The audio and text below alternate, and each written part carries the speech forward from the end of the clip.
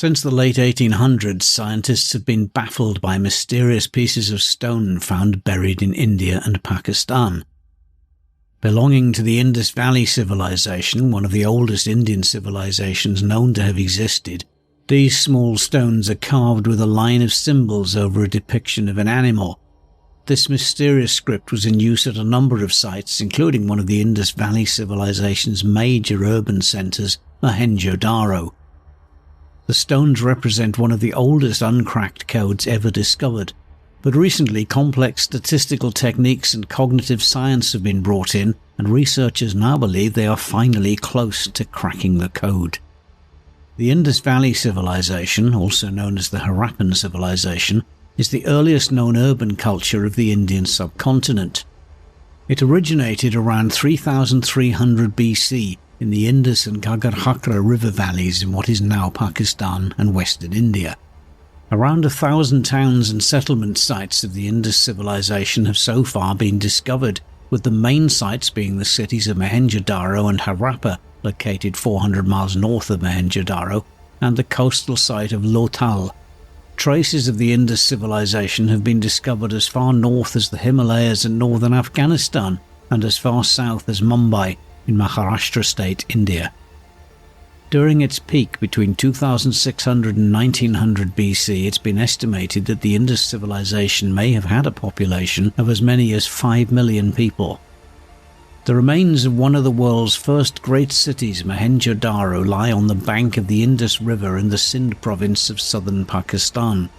Surrounded by a fertile floodplain, Mohenjo-daro must have been an extremely prosperous city, controlling the trade routes based on the river network. The site of Mohenjo-daro was first occupied around 3500 BC, but was at its peak during the time of the Indus civilization, 2600 to 1900 BC. The city covers an area of over 250 hectares, and as with all the Indus Valley sites, was laid out on a grid pattern plan, with both wide and narrow parallel streets intersecting one another to divide the city into a grid filled with compact blocks of houses. Most Indus Valley towns also used the same size bricks and a standardized system of weights in the form of carefully worked colored cubes of stone. The majority of the buildings at Mohenjo-daro and other Indus sites are made of baked bricks, which give greater durability than mud brick construction, and is one of the reasons why so much survives at the sites today. Signs of change at Mohenjo-daro began to appear after 1900 BC in the form of a new kind of pottery called chukar, and seals inscribed with geometric designs rather than Indus writing. It's been suggested that contorted skeletons found scattered in the streets of Mohenjo-daro indicate that the city came to a violent end, perhaps at the hands of Aryan invaders from the north. For the excavator of the site, Sir Mortimer Wheeler, these remains brought to mind verses from the Rig Veda, an ancient Indian collection of Vedic Sanskrit hymns dedicated to the gods, some verses from which tell of the destruction of cities by the terrible warlike god Indra. Wheeler stated his opinion of the skeletons at Mohenjo-daro in dramatic fashion. Men, women and children were massacred in the streets and houses, and were left lying there or at the best crudely covered without last rites.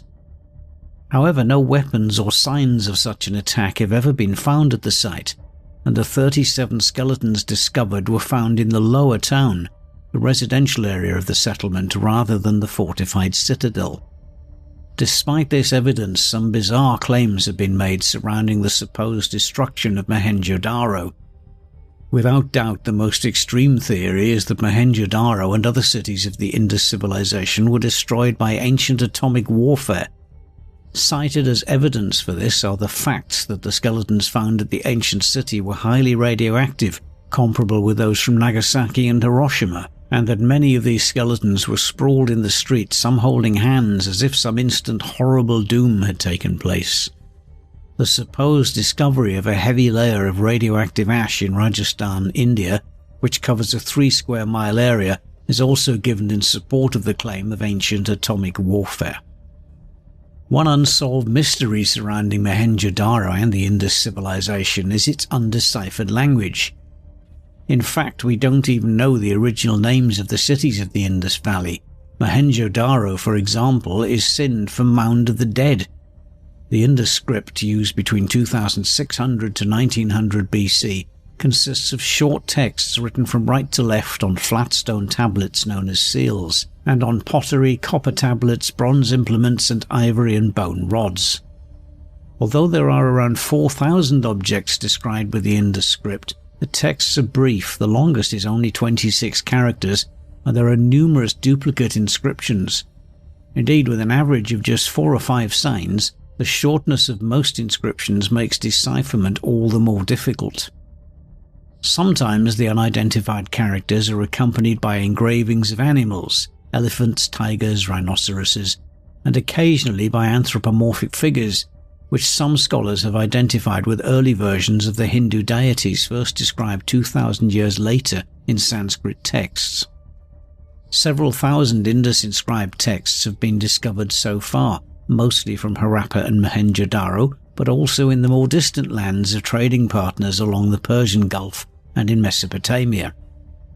There have been various claims to have deciphered the Indus script, but the general opinion of scholars is that until a bilingual inscription is found, like the ancient Egyptian Rosetta Stone, it's unlikely that we'll discover the language of the inhabitants of Mohenjo-Daro and the Indus Valley. Nisha Yadav, a researcher in the Department of Astronomy and Astrophysics at the Tata Institute of Fundamental Research in Mumbai, India, highlights the difficulties in decoding the script. The first one is that the texts are really short. An average artifact only has 5 symbols. The longest example excavated so far has 17. Such short texts make uncovering the writing structure difficult. This is of course complicated by the fact that we don't know what the underlying language is. However, there may be some linguistic light at the end of the tunnel. It was recently announced on various news outlets that scientists believe they were close to solving the mystery of the Indus Valley script. Utilizing complex statistical techniques and cognitive science, researchers into the elusive script are finally getting closer to cracking the code. Rajesh Rao is director of the National Science Foundation's Center for Sensorimotor Neural Engineering and a professor in the Computer Science and Engineering Department at the University of Washington. A few years ago, Rao published a study that examined the sequential structure of the Indus script. Rao explained that what we were interested in was if we could deduce some statistical regularities or structure, basically ruling out that these symbols were just juxtapositions of symbols and that there were actually some rules or patterns. In the end, Rao and his team found that the mysterious Indus script was in fact likely to represent a language. It's not proof that the symbols are encoding a language, but it's additional evidence hinting that these symbols are not just random juxtapositions of arbitrary symbols, and they follow patterns that are consistent with those you would expect to find if the symbols are encoding language. Since the publication of this paper, Rao and other researchers have used various methods of statistical analysis to help in their work, with some success. Something unexpected which they uncovered was that artifacts found in different regions depicted noticeably different symbol sequences. So, for example, seals found in what is now Iraq have symbol sequences that are different from others found in India and Pakistan. This suggests that perhaps the same symbols were being used to encode the local language in the Indus Valley homeland, but elsewhere they were using the same script to write a different language. Although the Indus script has still not been decoded, Rao believes that until we find longer examples or a multilingual text, statistical methods are the best way to crack the code, even if it turns out not to be a language after all. In fact, if the mysterious Indus script does not encode a language, it may be even more interesting. According to computational theorist Richard Sprout, we know a lot about ancient civilizations that had writing, but we know a lot less about civilizations that lacked writing. And if this was some kind of general non-linguistic system, in a sense that would be much more interesting than if it was just some kind of script. Sprout made the news a few years ago when, along with comparative historian Steve Farmer and philologist Michael Witzel, he offered a $10,000 reward to anyone who finds a lengthy Indus inscription. So far, there have been no takers. The magical Trieste of Solomon and the Key of Solomon are two grimoires, magic handbooks, commonly said to have been written by the biblical King Solomon. The latter grimoire has been described as the most enduring, influential and notorious Solomonic book, and much has been written about it. English translations of the Key of Solomon can be found easily. By contrast, the magical Trieste of Solomon is not as well known and much less has been written about it. Nevertheless, this grimoire is regarded as the precursor to the Key of Solomon. The magical treatise of Solomon is also known as the Little Key of the whole art of hygromancy, found by several craftsmen and the holy prophet Solomon, or simply as the Hygromantia. This text is a combination of Greek manuscripts and dates to the 15th century AD. This text is the ancestor of the famous Key of Solomon. It is said that the magical treatise of Solomon was taken to Italy, likely Venice, at some point of time during the decline of the Byzantine Empire. Some say that the Key of Solomon was a translation of the magical treatise of Solomon from Latin to Italian. The Latin name of this text, by the way, is Clavicula Salomonis. Legends say that the grimoire was originally written by Solomon for his son, who was told to hide the book in the king's tomb. The website Got Questions explains that the book was supposedly found by a Babylonian philosopher at a later date, who had a vision of an angel who told the philosopher to hide it from the unworthy, which the philosopher saw as encouragement to cast a spell on the book. As an interesting side note, the Key of Solomon was brought back into popular culture in 2009 when it was referenced in the Dan Brown novel The Lost Symbol. In Mather's edition of the Key of Solomon, the grimoire is divided into two parts. Both parts deal with various aspects of the practice of magic. For example, several chapters are dedicated to the preparations needed to be undertaken by a practitioner of magic. To give you an idea of what the text is like, Mather's edition of Book 2, Chapter 5 begins. The bath is necessary for all magical and necromantic arts. Wherefore, if thou wishest to perform any experiment or operation, having arranged all things necessary thereunto, according to the proper days and hours, thou shalt go unto a river or running stream, or thou shalt have warm water ready in some large vessel or tub in thy secret cabinet, and while disrobing thyself of thy raiment, thou shalt repeat the following psalm. In order to illustrate the range of magical aspects dealt in the Key of Solomon, a few more examples will be used. Chapter 10 of the book is entitled Of the Experiment of Invisibility and How It Should Be Performed. This is followed by a completely unrelated chapter entitled To Hinder a Sportsman from Killing Any Game. Solomon is perhaps best known for the power given to him by God to communicate and control supernatural beings, and there are some chapters relating to this as well. For instance, in chapter 13 of Book 1, one may learn how to make the magic carpet proper for interrogating the intelligences, so as to obtain an answer regarding whatsoever matter one may wish to learn, followed by a chapter on how to render thyself master of a treasure possessed by the spirits. Whether the texts are really written by Solomon, or even if they weren't, there's certainly some interesting topics covered within. The Seal of Solomon, known as the Ring of Solomon, is believed to be a signet ring that belongs to King Solomon of Israel.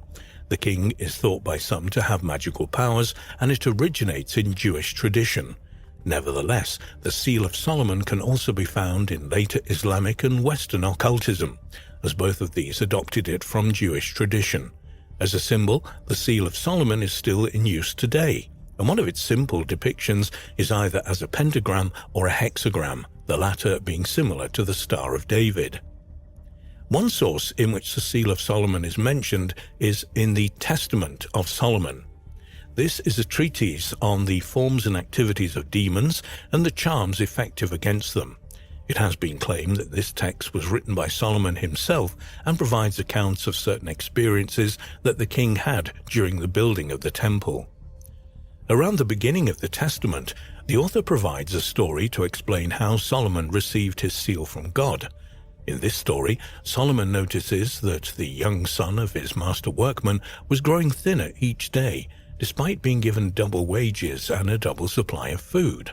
When the child was questioned, he told the king that a demon had been harassing him every day after sunset. "I pray thee, O king, listen, what has befallen all that thy child hath. After sunset, when I lie down to rest, one of the evil demons comes and takes away from me 1/2 of my pay and 1/2 of my food. Then he also takes hold of my right hand and sucks my thumb. And lo, my soul is oppressed, and so my body waxes thinner every day." Solomon then prayed to God for help, who answered the king's prayers by sending him a magic signet ring which had an engraving of a pentagram on its seal.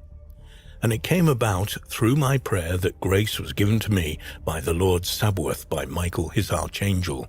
He brought me a little ring having a seal consisting of an engraved stone, and said to me, Take, O Solomon, king son of David, the gift which the Lord God hath sent thee, the highest Sabaoth.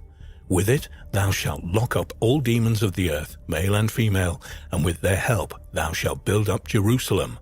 But thou must wear the seal of God, and this engraving of the seal of the ring sent to thee is pentalpha."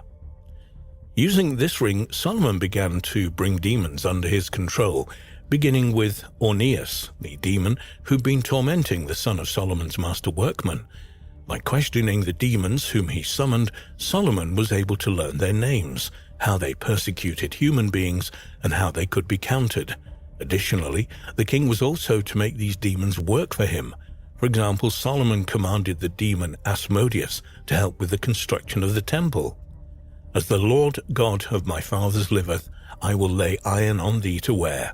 But thou shalt also make the clay for the entire construction of the temple, treading it down with thy feet." Once the construction of the temple was finished, Solomon had the demons imprisoned in bottles. These bottles were said to have been buried under the monument of the demons helped build.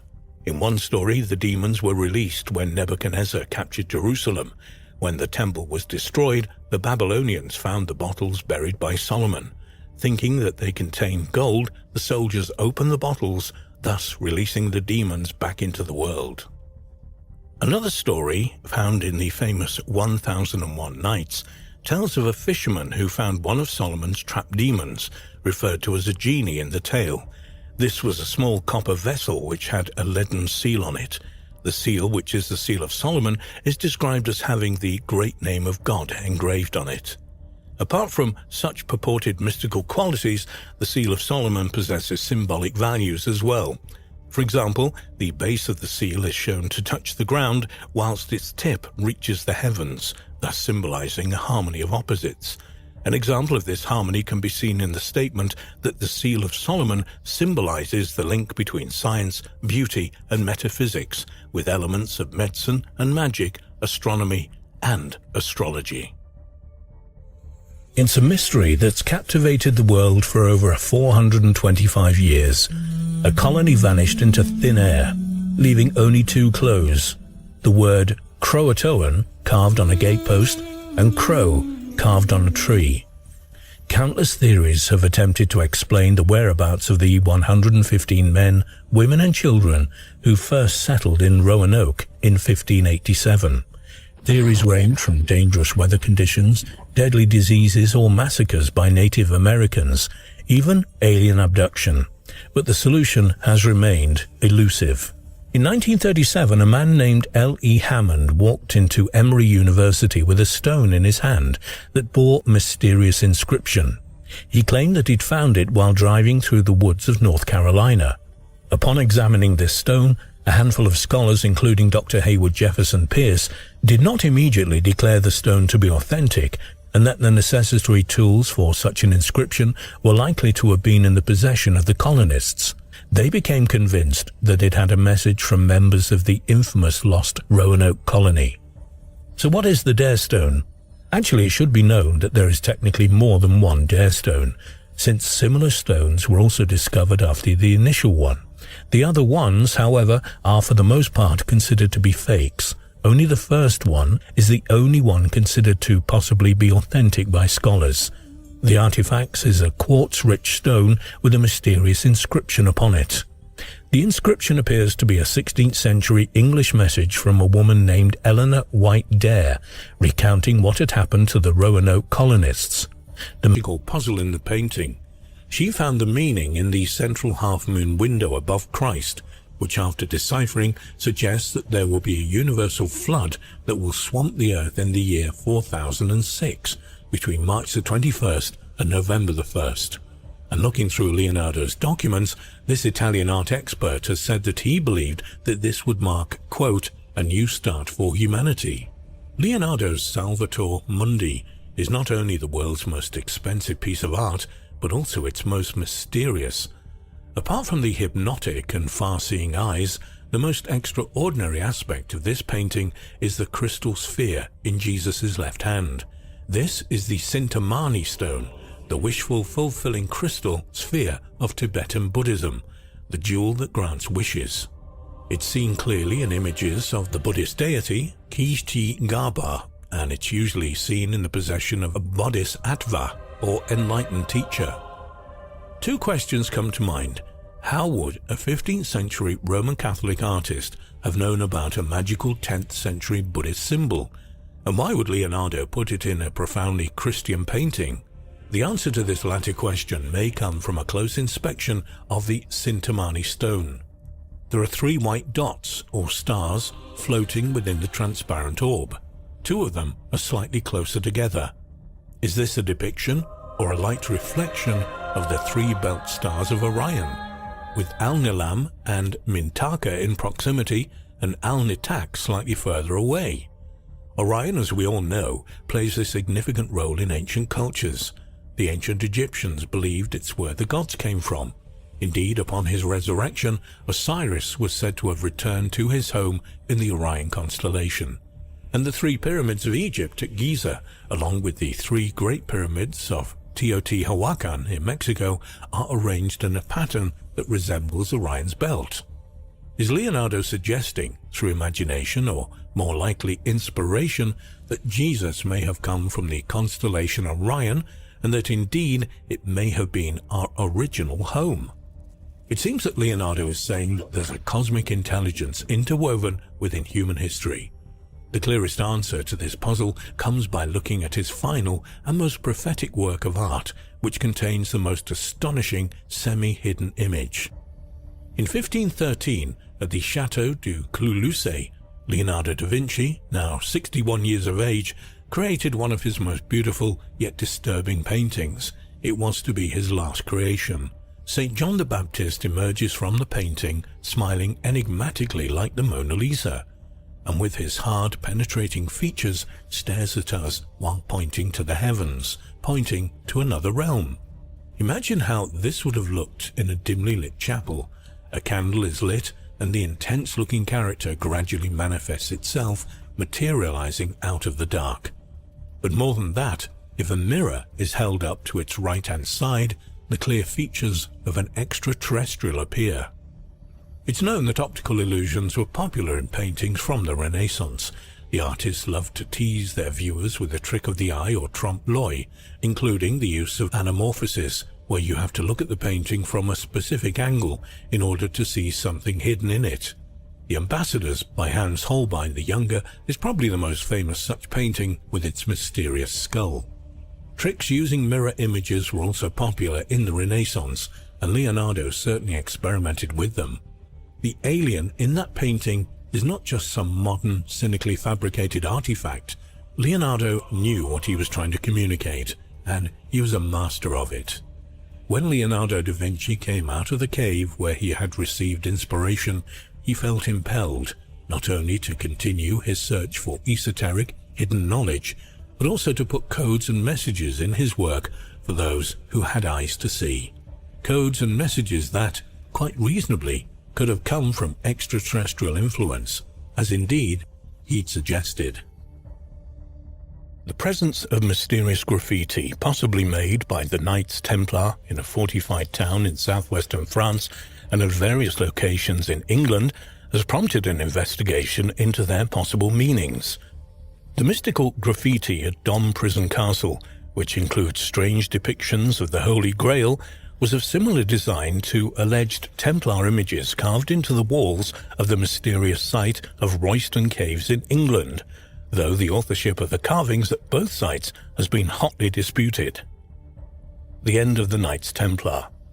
After the defeat of Knights Templar forces in the Holy Land in 1291, the Christian hold on the Holy Land effectively ended. With the Crusades over and the Dome Holy Land lost, many also began to question what purpose the Knights Templars served now that the reason for their existence was gone. The wealth and power enjoyed by the order, with its exemption from taxes and huge landholdings throughout Europe, had made them many, often dangerous enemies. In the end, this was to be their undoing. On a Friday in October 1307, King Philip IV, the Fair of France, had all the Templars he could find in the country simultaneously arrested and imprisoned. Philip also seized all the knights' property and possessions, accusing the order en masse with a variety of heretical crimes, including spitting and trampling on the cross, homosexuality, and worshipping of an idol. A number of the Templars were subsequently tortured by inquisitors until the required confessions were extracted, and were then executed. It's highly unlikely that confessions obtained under such conditions had any basis in fact. In 1314, the remaining Templar leaders, including the last Grand Master Jacques de Molay, were burnt at the stake in front of Notre Dame Cathedral on the Île de la Cité, an island in the River Seine. Apparently, before becoming enveloped by the flames, de Molay is said to have prophesied that Philip IV and his co-conspirator, Pope Clement V, would be dead within the year. Whether this happened or not, it is true that both men died within a year of the Grand Master's execution. With the death of de Molay, ended the turbulent 200-year existence of the Knights Templar. This, at any rate, is the conventional story. Other European monarchs remained unconvinced of the Templars' guilt, even after Pope Clement V, under the influence of Philip, had officially disbanded the order in 1312. In England, though, many knights were arrested and tried. The majority were found not guilty. Some escaped to Scotland at the time under the control of the excommunicated Robert the Bruce, and therefore unaffected by the papal bull outlawing the order. The sudden end of the Knights Templar and the apparently complete disappearance of the order and its assets has fueled a large amount of legend and extreme theories involving the knights. While it is true that the Templars were partly absorbed into other orders, it is not clear what became of the estimated 15,000 Templar houses, their fleet of ships, their vast archive detailing their business holdings and financial transactions, and the Templars themselves. There were tens of thousands of Templars across Europe, only a small proportion of which were tortured and executed. What happened to them all? In England, the county of Hertfordshire allegedly became a sanctuary for fugitive knights from all over Europe. The town of Baldock in Hertfordshire was founded by the Templars, and from 1199 to 1254 it had been the order's English headquarters. It's certainly plausible that after the official censure of the orders of the Templars continued as normal, but meeting in secret hidden rooms, cellars and caves. The graffiti at Dom Prison Castle. Dom is a commune located 820 feet above sea level on a rocky outcrop overlooking the Dordogne River, in the Dordogne department of southwestern France. Dom is a fortified medieval town founded in 1281 by Philip III, known as Philip the Bold, King of France from 1270 until his death in 1285. In the early 14th century, many Knight Templars were imprisoned in Dom during the trial against them. Testimony to this imprisonment is Templar graffiti inscribed on the walls of the Tower Gate, the building where they were held between 1307 and 1318. For some Templar researchers, these graffiti carvings are a unique insight into the innermost thoughts and beliefs of the order. One of the Templar inscriptions on the wall reads 1307, the date when the Order of the Knights Templar was officially dissolved by the decrees of Pope Clement V. Many of the carvings employ a code that the Templars used to represent both themselves and their fate. So, for example, an octagon meant the Holy Grail, a square, the Temple on the Mount, a circle around this square meant imprisonment, and a triangle with a cross on top was to represent Calvary, where Christ was crucified. There are also more abstract signs and symbols of less clear meaning, and recently researchers have discovered other inscriptions that were invisible to the naked eye. Unfortunately, these carvings have not been published. Royston Caves. For some researchers into the Knights Templar, Royston Cave in Hertfordshire, located at the crossing of two Roman roads, the Icknield Way and Ermine Street, was once a Templar meeting place. The cave has a number of medieval carvings on the wall, many of them pagan, but also figures thought to be St. Catherine, St. Lawrence and St. Christopher, saints known to be revered by the Templars. Support for the theory that it was used by the Templars comes in the form of the similar carvings not only at Dom, but also at the Tour de Caudray in Chinon, France, where in 1307 Templar knights were imprisoned before their execution. It has even been postulated that one of the carvings at Royston represents the burning at the stake of the Grand Master of the Order, Jacques de Molay. Former custodian of Royston Cave, Peter Holdcroft, author of the 1998 book A Pictorial Guide to the Royston Cave, takes the place's connection even further than the Knights Templar, bringing in the Holy Grail and the Illuminati, though based on what evidence is not clear. Although the possibility of the Knights Templar using Royston Cave as a place of refuge is not unfeasible, it has to be borne in mind that the bloodthirsty persecution of the order in France did not extend to England. This is one reason why between October 1307 and January 1308, many Templars fled to the country for safety. Though a few Templars were arrested in England, and there was a trial that took place from the 22nd of October 1309 until the 18th of March 1310, most remained free to find another place in society after the dissolution of their order. Despite the romantic appeal of the idea of the Templars meeting secretly at Royston, in light of the situation in England at the time, it seems unlikely that the order would have found it necessary for clandestine subterranean meetings in places such as Royston Cave. The most probable explanation for the use of Royston Cave is decidedly more prosaic. The late 13th century castle at Sloop in the Liberec region of the Czech Republic, there is a chamber in the castle that seems to have been used as a prison, and later in the 17th century as a hermitage. Carvings illustrating religious themes have been discovered on the walls there. Taking the discoveries at Sloop with similar examples from Carlisle Castle in the north of England, which date from the 1480s, long after the Knights Templar, it's a distinct possibility that Royston Cave was used as a prison at some stage in its history. There is documentary evidence that Royston Cave was almost certainly being used as a hermitage in the late 15th, early 16th century, which would suggest that it probably originated as a hermitage, probably for use by anchorites from nearby 12th century Augustinian priory, and was later converted into a prison. However, a number of the carvings at the cave remain enigmatic and may not be linked to the cave's use as a hermitage or prison.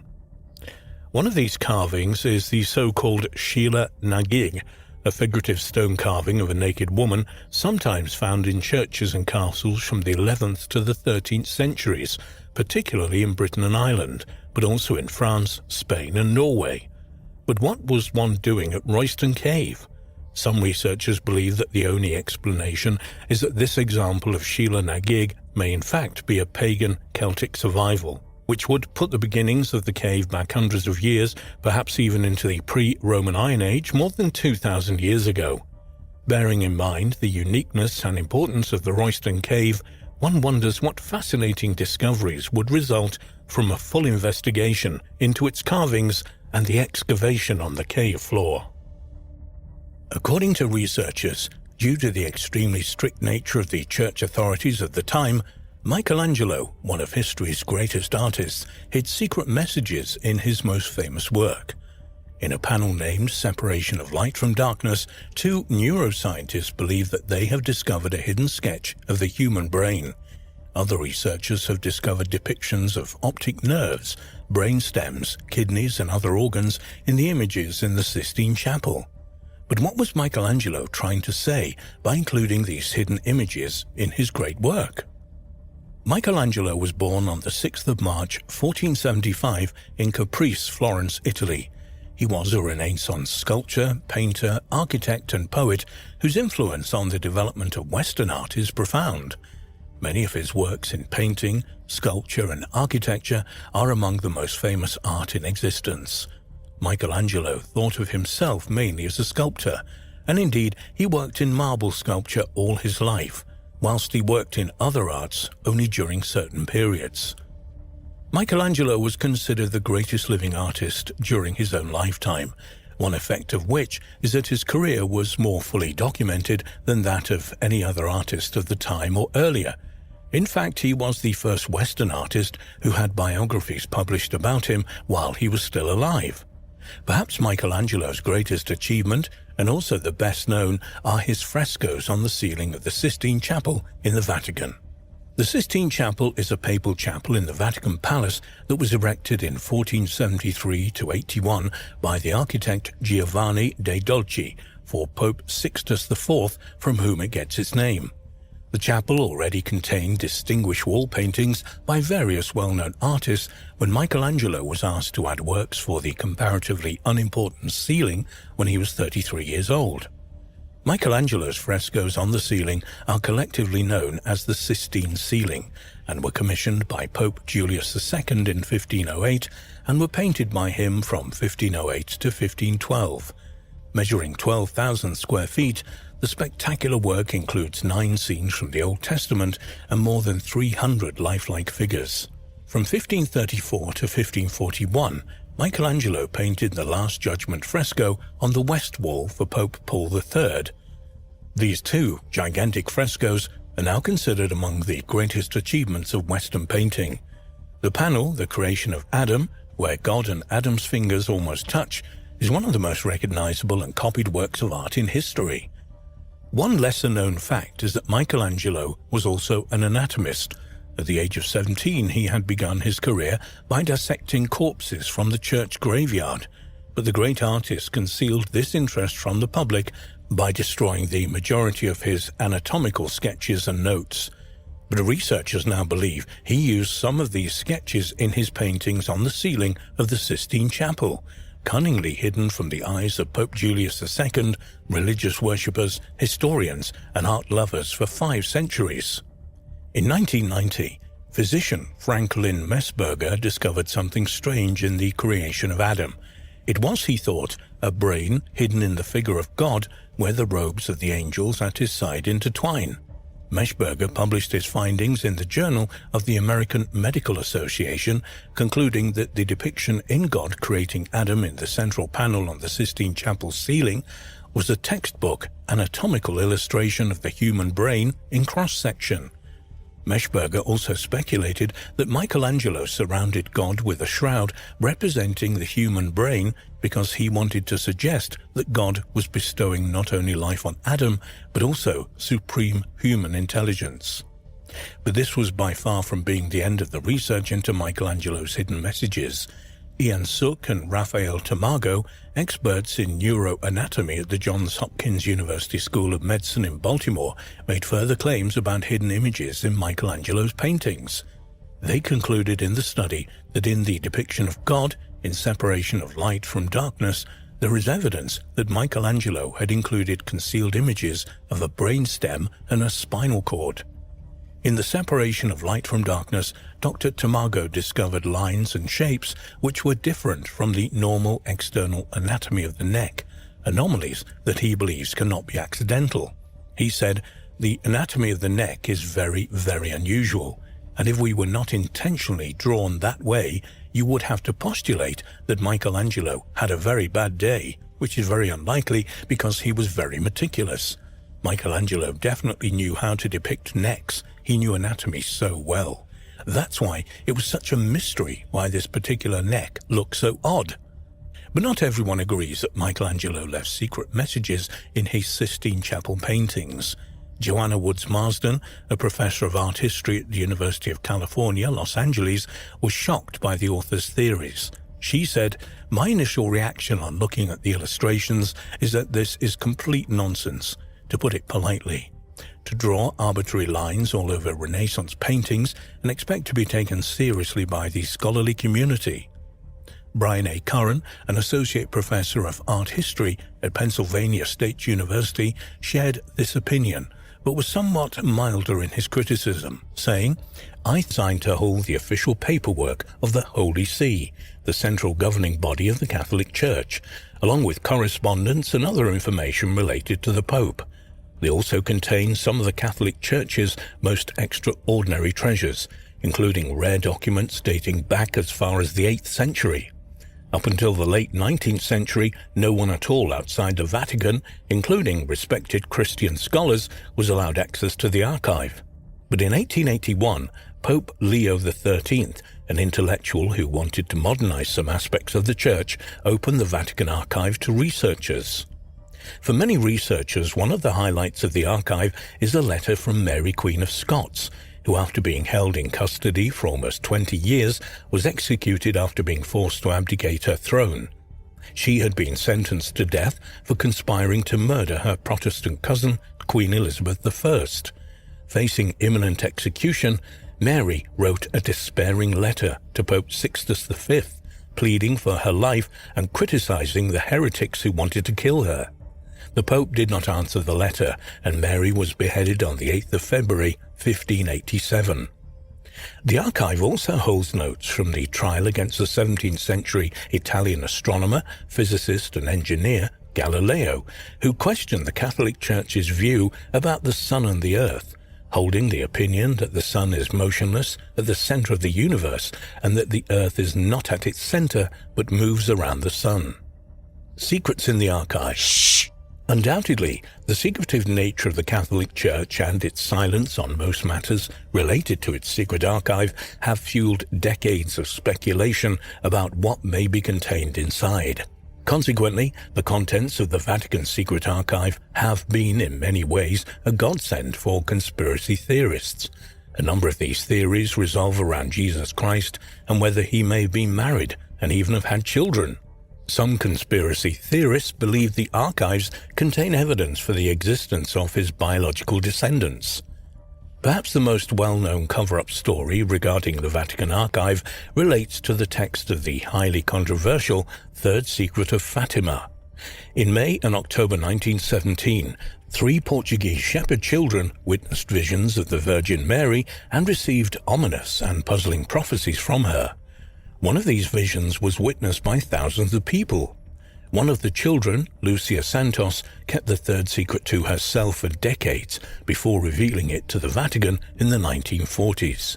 Some believe that hidden in the Vatican archives are documents related to the third message, which they believe may be connected with anything from an imminent nuclear holocaust and natural disasters leading to the apocalypse to deep divisions within the Catholic Church and even rival popes. The Vatican supposedly made this secret public in 2000, where it explained that it was related to a vision of the 1981 assassination attempt on Pope John Paul II.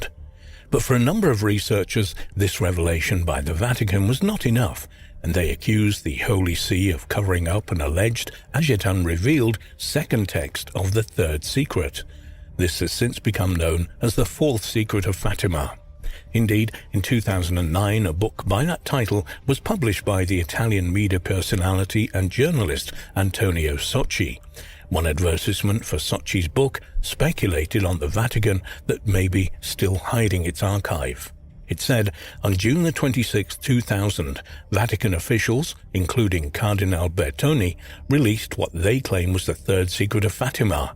They further said that it was predicted of the attempted assassination of Pope John Paul II in 1981. Antonio Socci, an acclaimed Italian journalist and television personality, originally sided with the Vatican's interpretation of the third secret.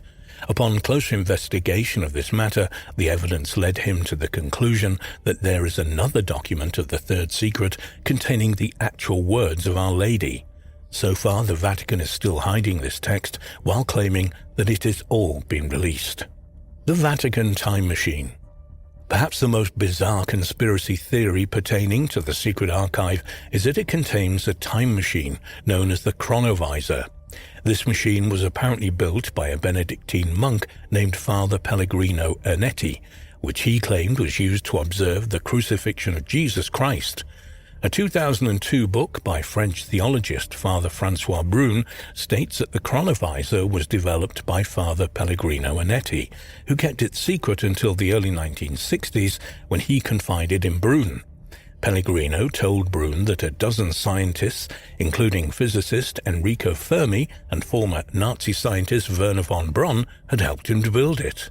The mysterious device apparently consisted of numerous antennae, 3 composed of unknown metals, which received light and sound signals on every wavelength, a direction finder for tuning in to a particular time and place, a screen, and a recording device.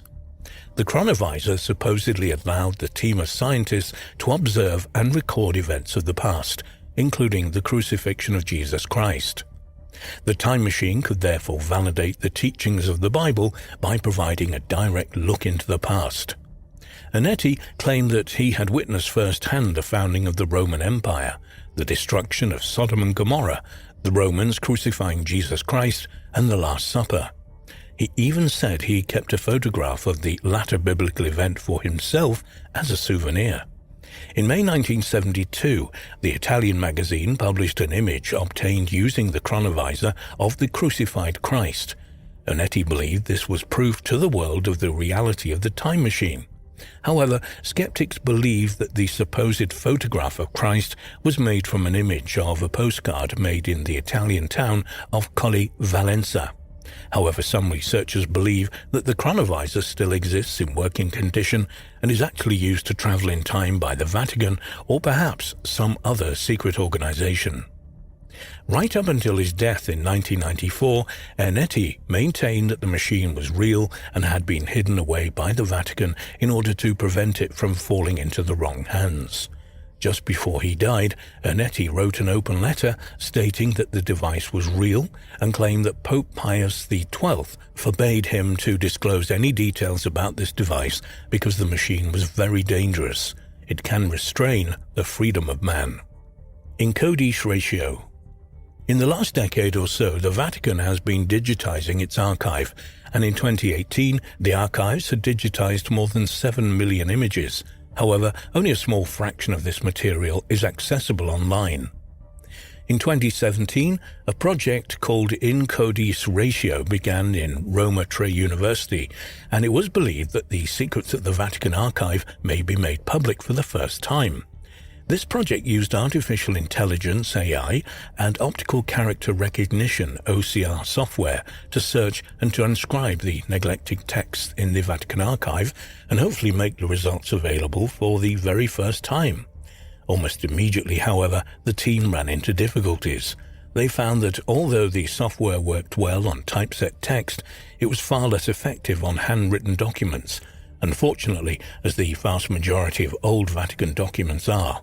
However, like all artificial intelligence, the software will improve over time as it works on more text, and the research team are confident they will soon overcome any problems and the mysteries of the archive will be revealed.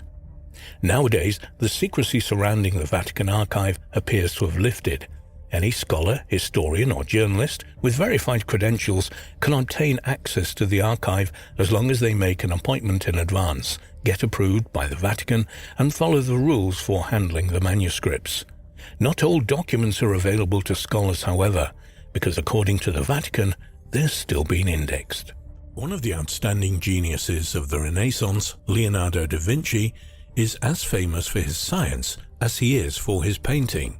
Even in his own time, he was renowned in the fields of mathematics, geometry, optics, physics, chemistry, civil and mechanical engineering, pyrotechnics, and zoology. As an engineer, he had ideas far ahead of his time, inventing the helicopter, solar power, a calculator, the armored tank, and even developing a theory of plate tectonics. It's thought that, rather like Nikola Tesla, he may have been in touch with or influenced by extraterrestrials aiming to accelerate our speed of technical and civil advancement. He was a cryptologist, and that's why many researchers think that he may have left secret knowledge hidden within his work, which, when deciphered, may provide the keys to unlock the universe. Vinci, a town in northern Italy, was his birthplace. He took his name as, being illegitimate, he wasn't allowed to use his father's name, just the place of where he was born. As a teenager, Leonardo moved to nearby Florence, which at the time was the center of a cultural revolution known as the Renaissance, when new ideas, both scientific and cultural, exploded onto the scene.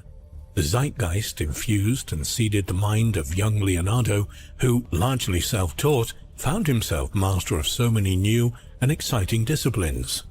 Though he was widely admired by many of his contemporaries, the most powerful political force throughout much of the world had their doubts about him: the medieval Roman Catholic Church. The trigger for the Renaissance was the rediscovery of ancient classical writings that had been stored, unnoticed, in monasteries following the dissolution of the Roman Empire. For almost the first time, Europeans could study the works of Aristotle, Plato, and the other great philosophers. Unfortunately, many of their ideas did not sit well with Christianity. Although Da Vinci was a Christian, he openly admitted to being interested in a wide range of spiritual philosophies and their secret knowledge. Let's look closely at one of his paintings, actually very closely, using a specialized infrared camera developed by Dr. Maurizio Saracini, graduate of the University of California, San Diego. And what he found under the surface of the Adoration of the Magi was as revealing as it was surprising. The Adoration of the Magi, painted around 1481, shows the three wise men visiting the baby Jesus in Bethlehem. Like traveling back in a time machine, the camera revealed Leonardo's creation layer by layer. But he wasn't ready for the heretical image that came to view, a scene showing a pagan temple rising from the ruins of a Christian church. Total heresy. Little wonder that Leonardo painted over it. Elsewhere, Dr. Saracini found a scattering of figures, cavalry horses and classical architecture set in a rural scene. And at the top left of the painting, Saracini uncovered two people in great distress, sitting on the stairs of a ruined temple. But on closer inspection, he realized that it wasn't a temple in ruins. It was actually an Egyptian temple being built, showing the techniques being used. And tellingly, the top of the temple's columns was capped by a lotus flower, which to ancient Egyptians represented the flower of life. The flower of life tells the entire story of how the universe was created using sacred geometry. The idea of sacred geometry comes from the belief that a god used a geometric plan to create the universe. Such thoughts have ancient origins. Plato said, "God geometrizes continually." Leonardo da Vinci was completely obsessed with sacred geometry. He even compiled the sacred geometry principles of the human body in the famous and influential drawing known as the Vitruvian Man. His hidden symbol of the flower of life in the Adoration of the Magi may indicate that he had tapped into this source of the ultimate cosmic knowledge. But something quite strange happened that seemed to accelerate his genius. He disappeared completely for 2 years, between the ages of 24 and 26. Fortunately, he wrote about it in his journal. He'd gone off hiking in the nearby countryside and had found a cave. As he stood before it, he felt a strange power drawing him inside. Curious, he did not resist it, and on entering the cave, he felt transformed. It's conceivable that, through the influence of his understanding of the flower of life, he found himself communicating with the originators or controllers of the universe, extraterrestrial teachers, who influenced him and opened his eyes to the workings of the universe and a glimpse into the future. And from that time onwards, he no longer had to measure ratios or proportions. It just came to him spontaneously, tapping into something that brought knowledge and information in the same way that the ancient cultures received theirs. It's obvious that his experience in the cave had had a profound effect upon him, and in the painting, The Virgin on the Rocks, the setting is unprecedented. The Virgin Mary, the angel Uriel, and the babies Jesus and John the Baptist are all set against a background of rock formations and, in the distance, mountains and water. In this cave-like painting, was he pointing to revelations that he'd witnessed during his missing years? And was his use of the painting technique, sfumato, an indication of some kind of portal? Sfumato creates a hazy, out-of-focus plane that Leonardo described as without lines or borders, in the manner of smoke or beyond the focus plane. The depiction of the archangel Uriel is unusual. The story is that both Jesus and John had to escape King Herod's order.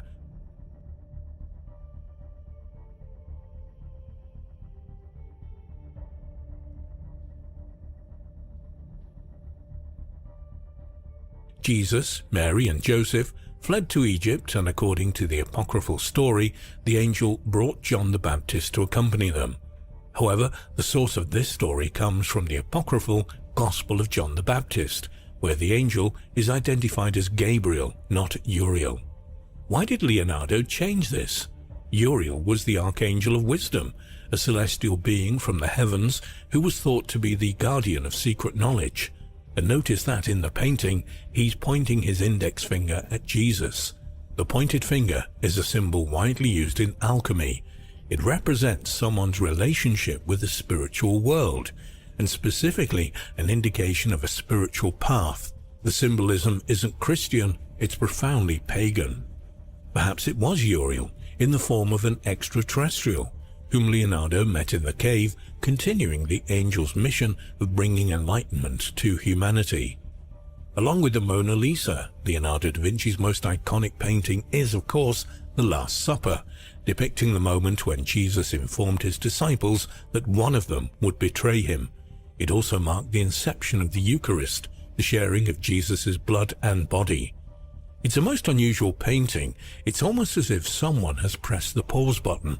All the disciples are in various states of shock, except for one, the character, usually thought of as John the Apostle, to Jesus' immediate right. He's leaning away from Jesus with his eyes closed, almost without emotion. The face is unusually white and the hair is long, and the clothes are not the traditional rough ones of John the Baptist. He eschewed soft or elegant clothing. His face is notably feminine. And that's why many scholars have raised the possibility that he is actually a she. An absurd suggestion? Far from it. In his treatise on painting, Leonardo wrote that a woman should always be depicted, quote, their heads looking downwards and leaning a little to one side. And that's exactly what this character is doing. And the woman, with Jesus, forms a huge M shape, presumably a clue to the name Mary, Mary Magdalene. And notice that both of them are wearing similar clothes in exactly the same manner. In the New Testament, Mary is described as a follower of Jesus. It would be very unusual for a 30-year-old Jewish man at that time not to have a wife, and it's presumed that Mary Magdalene was indeed his wife. But to marry Jesus was contrary to Catholic doctrine, and they cast her as a prostitute, even though there is no textual or historical basis for this. Even though it's assumed that the painting is not just about the betrayal, but also about the Eucharist, where is the chalice containing wine, the symbolic blood of Christ? To many biblical scholars, the chalice, known as the Holy Grail, was Mary Magdalene herself. So it is there. The Grail is her womb. For if apocryphal stories are taken seriously, she and Jesus had a number of children. And through the effect of her being the Holy Grail, these children would be special, carrying a new type of DNA to bring about a new and enlightened human race. Two Italian scholars have delved deeper into the obscure symbolism of the Last Supper.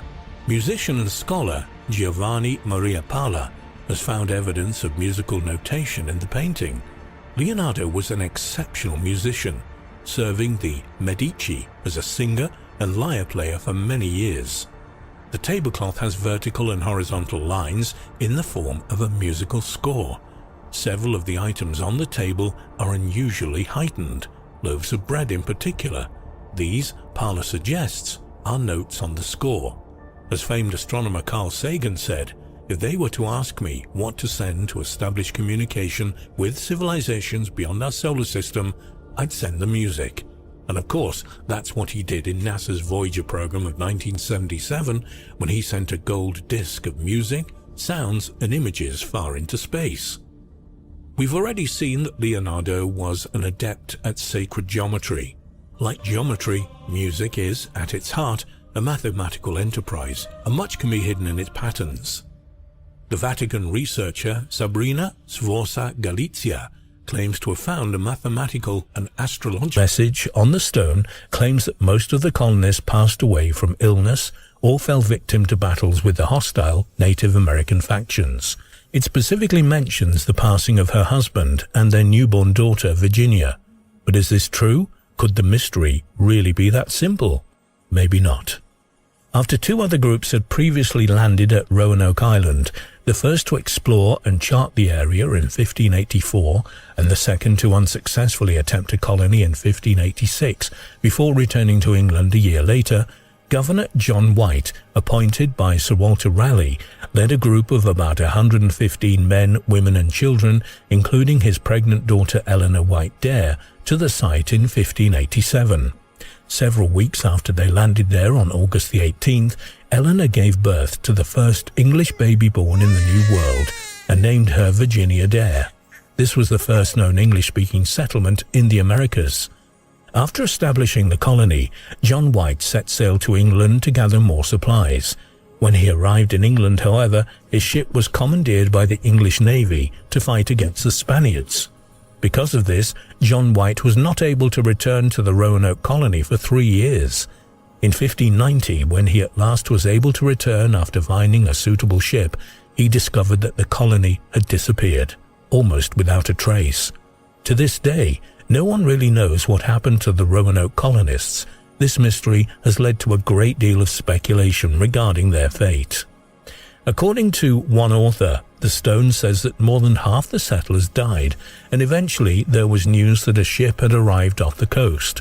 The Native Americans worried the Europeans would take revenge, so they fled. Soon after that, the shamans warned of angry spirits, and all but 7 of the rest of the colonists were killed, including Eleanor's husband, Ananias, and their daughter Virginia. The stone says they were buried 4 miles east of this river, and their names have been written on a second rock. The Dare stone was allegedly discovered in a swamp around 85 miles from Roanoke Island. When Mr. Hammond, a tourist from California, discovered it, he brought the stone to Emory University. The historians there were not really interested in investigating it. One professor, however, by the name of Howard Pierce Jr., took great interest in it. He tried in vain to get the other historians to study it, but they took no interest. Pierce then took the stone to Brenau University in Gainesville, Georgia, where his father was president and he was also vice president, hoping to solve the mystery of the Dare stone. The initial investigation into the stone appeared to reveal that it was, as predicted, genuine. A second opinion from an historian from Harvard, Samuel Eliot Morison, agreed that it was most likely a genuine artifact. This created a lot of excitement, as many scholars came to believe that the mystery of the Roanoke colonists' disappearance had finally been solved. It also spurred the alleged discovery of almost 50 other stones by 1941. They told a complicated tale of the fate of the lost colony. The stones were usually addressed to John White and called for revenge against the savages, or told Eleanor's father the direction taken by the missing colonists. One of the stones, dated 1592, indicated that the survivors had reached a safe haven in the Nuked Valley area and lived there in primeval splendor. Another stone, dated 1598, indicated that Eleanor had married the chief of the tribe, while another said that she bore the chief a daughter, that the tribe was furious and asked for White to send the infant girl to England. A team of historians examined the stones, commissioned by the Smithsonian Institution and led by historian Samuel Eliot Morison of Harvard University. They issued a preliminary report and gave them a measure of authenticity. The Dare stone did much to place Brenau University in a position of importance. It also helped to advance the careers of the stone's main advocates. This made it all the more devastating when, in 1941, an article from the Saturday Evening Post dismissed the Dare stone as a hoax without much academic evidence. Among the article's main arguments was that the linguistic style of the message didn't match the period. The text was entirely in Roman letters, when at the time only the well-educated upper class used Roman letters. Most people with some but not significant education tended to use Gothic script to write. Also, the article stated that the spelling was too consistent. Words in the message were always spelled in the same way, something that might not necessarily be expected in the 16th century, when there was no standardized spelling of English words. These facts, combined with the dubious discoveries of other stones after the first stone was found, were taken by the academic world to mean that the Dare stone was all a hoax. This damaged some reputations, and the rock mysteriously disappeared from displays at Brno University. However, since 1941, many people have also come forward defending the stone's authenticity. The other stones were largely dismissed as fakes, but the original stone is still considered by some scholars to likely be genuine, compounding young historians to take on the challenge of solving the mystery once and for all. As recently as 2016, Ed Schrader, the geologist and president of Brno University, examined the type of stone used for the inscription. Using a sample taken from the stone, he discovered that the interior was a much lighter color than the weathered exterior. The interior was much more lightly colored than the inscription as well. The original inscription carved into the rock would have been much lighter compared to the weathered exterior. Given that the current inscription is darker than the interior suggests that the inscription has aged, perhaps for several hundred years, through the darkening of its surface from weathering. Although such inscriptions can be made to look artificially darker with chemicals, this would have been difficult though in the 1930s.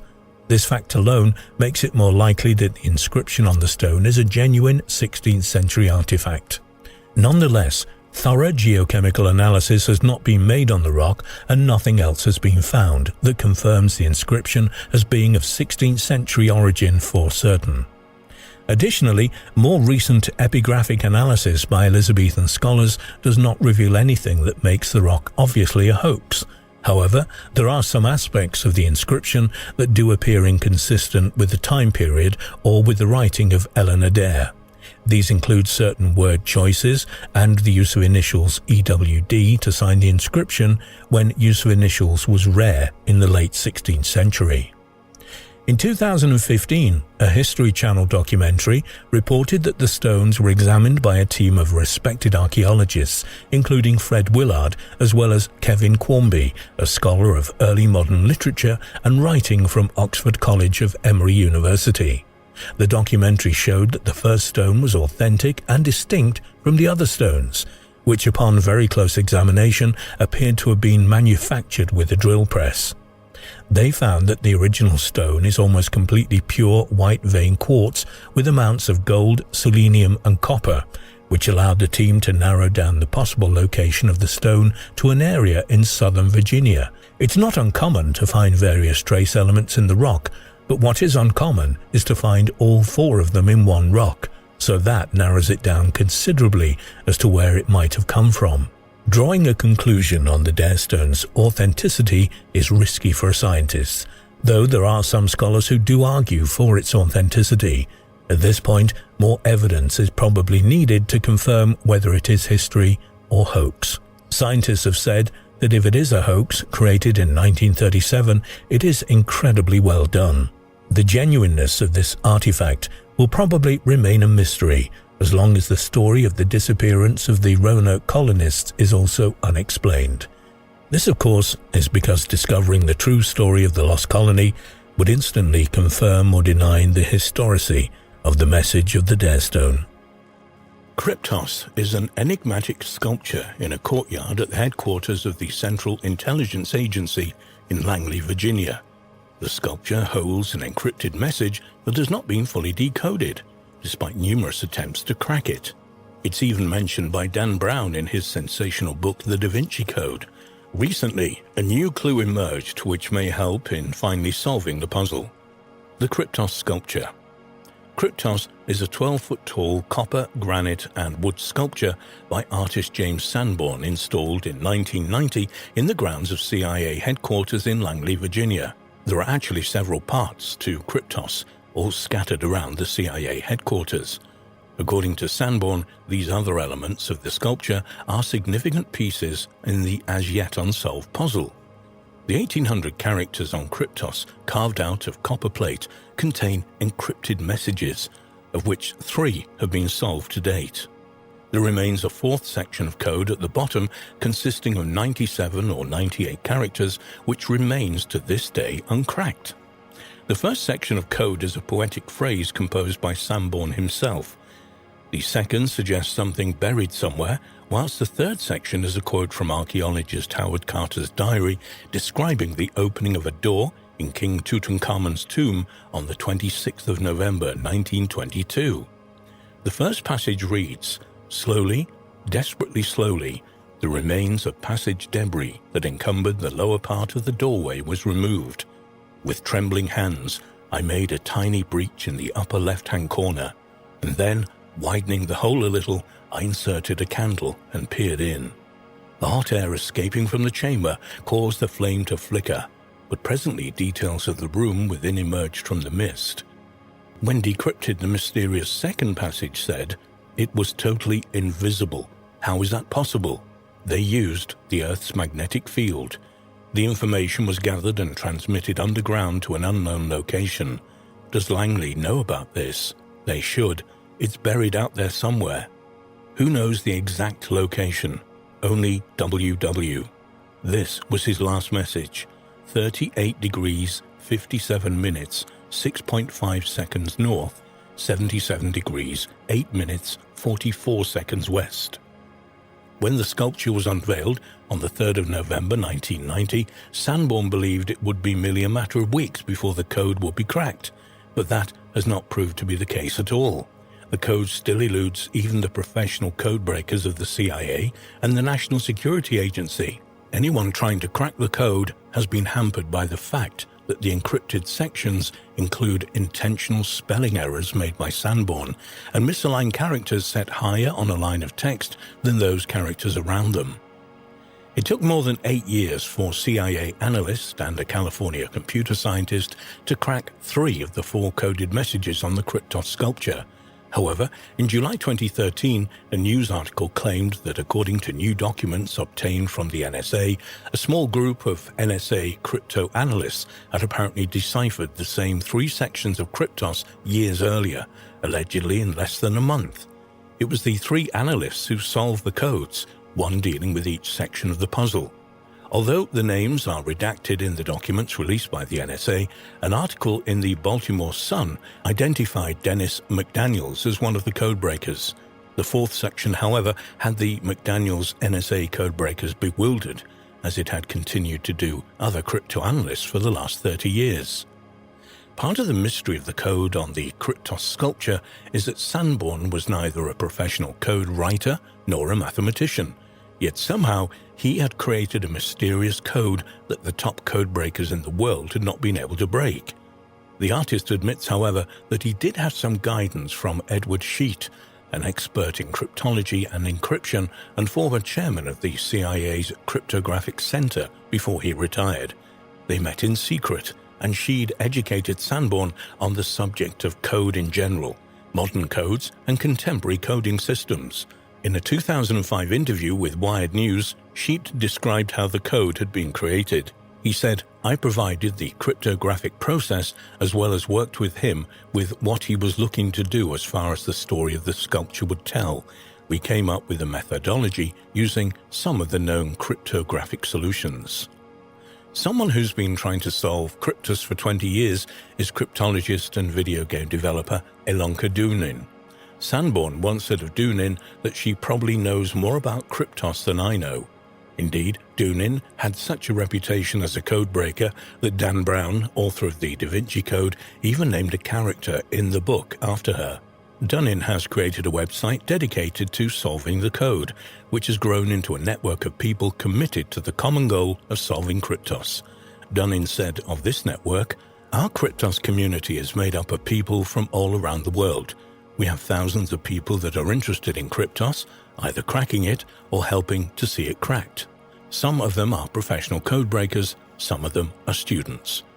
Carl Wang, a student of the University of California, San Diego, has created a web page with the known solutions to the code, but says that the 3rd passage is far more difficult to crack than the first 2, whilst the 4th is on another level entirely. He says on the website, the first two parts are straightforward enough that nearly anybody with a simple education in cryptography can solve. The third part is much more advanced, and the fourth part is borderline impossible.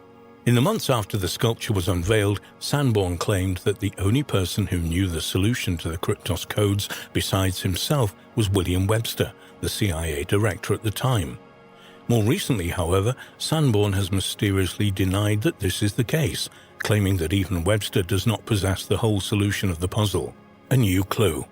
In January 2020, the 74-year-old Sanborn finally released a final clue for those attempting to solve the fourth text on the Kryptos sculpture.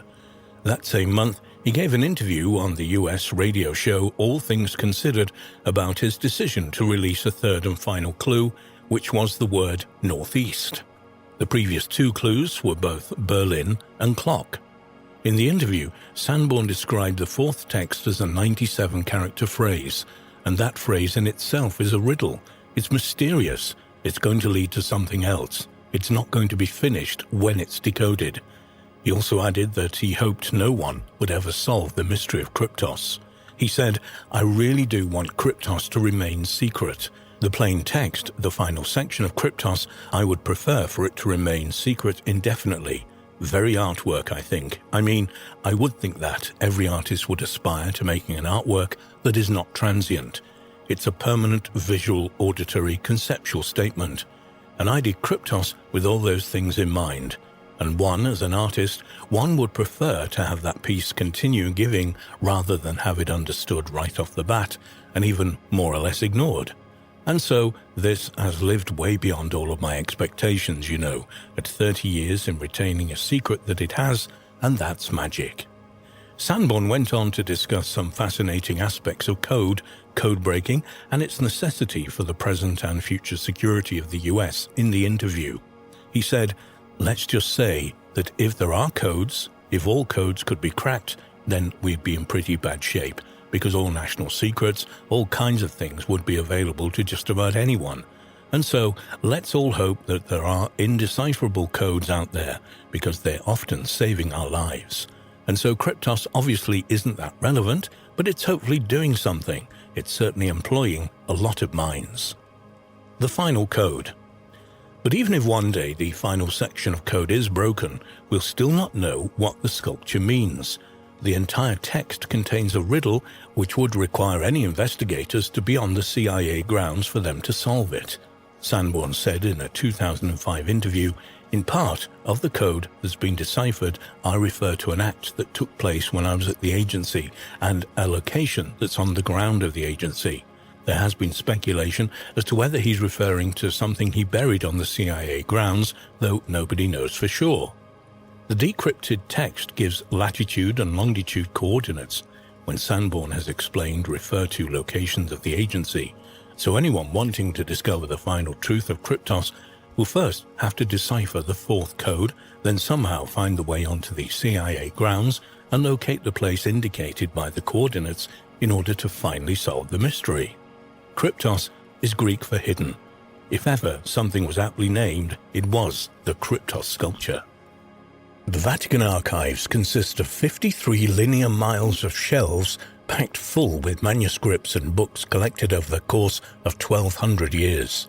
This incredible archive is believed to conceal more mysteries than any researcher could possibly dream of. But it is so secret that not even the highest Roman Catholic Church archivists know what is kept in the archive, which are stored near the Sistine Chapel. But recently, a new artificial intelligence project called Encodis Ratio began work on the collections of the Vatican secret archives, hoping to solve some of its mysteries. What will this fascinating new project reveal about the Vatican archives? The Vatican archives. The Vatican Apostolic Archive, known until very recently as the Vatican Secret Archive, contains 35,000 volumes of catalogue dating back 12 centuries, stored in an incredible 53 miles of shelving worth of documents. Such are the legends associated with the archive that for many years some doubted whether it existed at all. The archive's indexes are housed in a highly sacred part of the Vatican, next door to the Apostolic Library and just north of the Sistine Chapel, and are not available to the general public. They're only accessible to scholars of at least 75 years of age. In the 17th century, under the orders of Pope Paul V, the secret archive was separated from the Vatican Library. The archives would think this may be another case of the authors looking too hard for something they want to find. I don't want to discourage people from looking, but sometimes a neck is just a neck. But the subject of Michelangelo's hidden images was far from closed. One example is a ram's skull that resembles a uterus, appears 8 times throughout the painting. Dr. Divis de Campos, researcher in human anatomy at the Federal University of Health Sciences of Porto Alegre in Brazil, was the lead author of the article. He concluded that the allusions to the female reproductive system in the artwork are a concealed attack on Catholic misogyny, and that Michelangelo believed Christianity could learn a lot from the more matriarchal traditions of Judaism and the pagan world. In April 2008, a book called The Sistine Secrets, Michelangelo's Forbidden Messages in the Heart of the Vatican by Rabbi Benjamin Blech and Roy Dolinaire appeared. This work claimed to be a revelation of coded anti-Pope and anti-Rome messages embedded in the frescoes of the Sistine Chapel. But this time the messages were not in the form of anatomical drawings. The authors discovered signs in the works of Michelangelo that suggest the Renaissance master painter had studied Jewish wisdom literature such as the Kabbalah and hidden religious symbols in his paintings. In the preface to the book, the authors state, "Unknown to most viewers is the dramatic truth that these frescoes contain a lost mystical message of universal love, dangerously contrary to church doctrine in Michelangelo's day, but true to the original teachings of the Bible, as well as to much of contemporary liberal Christian thought." Driven by the truths he had come to recognize during his years of study in private non-traditional schooling in Florence, truths rooted in his involvement with Judaic texts as well as Kabbalistic training that conflicted with approved Christian doctrine. Michelangelo needed to find a way to let viewers discern what he truly believed. He couldn't allow the church to forever silence his soul. And what the church would permit him to communicate openly, he ingeniously found a way to convey to those diligent enough to learn his secret language. Controversy over the Shakespearean authorship is not new. It has existed ever since the 18th century. For some, Shakespeare's plays must have been written by a more obviously accomplished writer, such as Edward de Vere, the 7th century of Oxford, Sir Francis Bacon, the playwright Christopher Marlowe, Sir Walter Raleigh, John Donne, and even Queen Elizabeth I.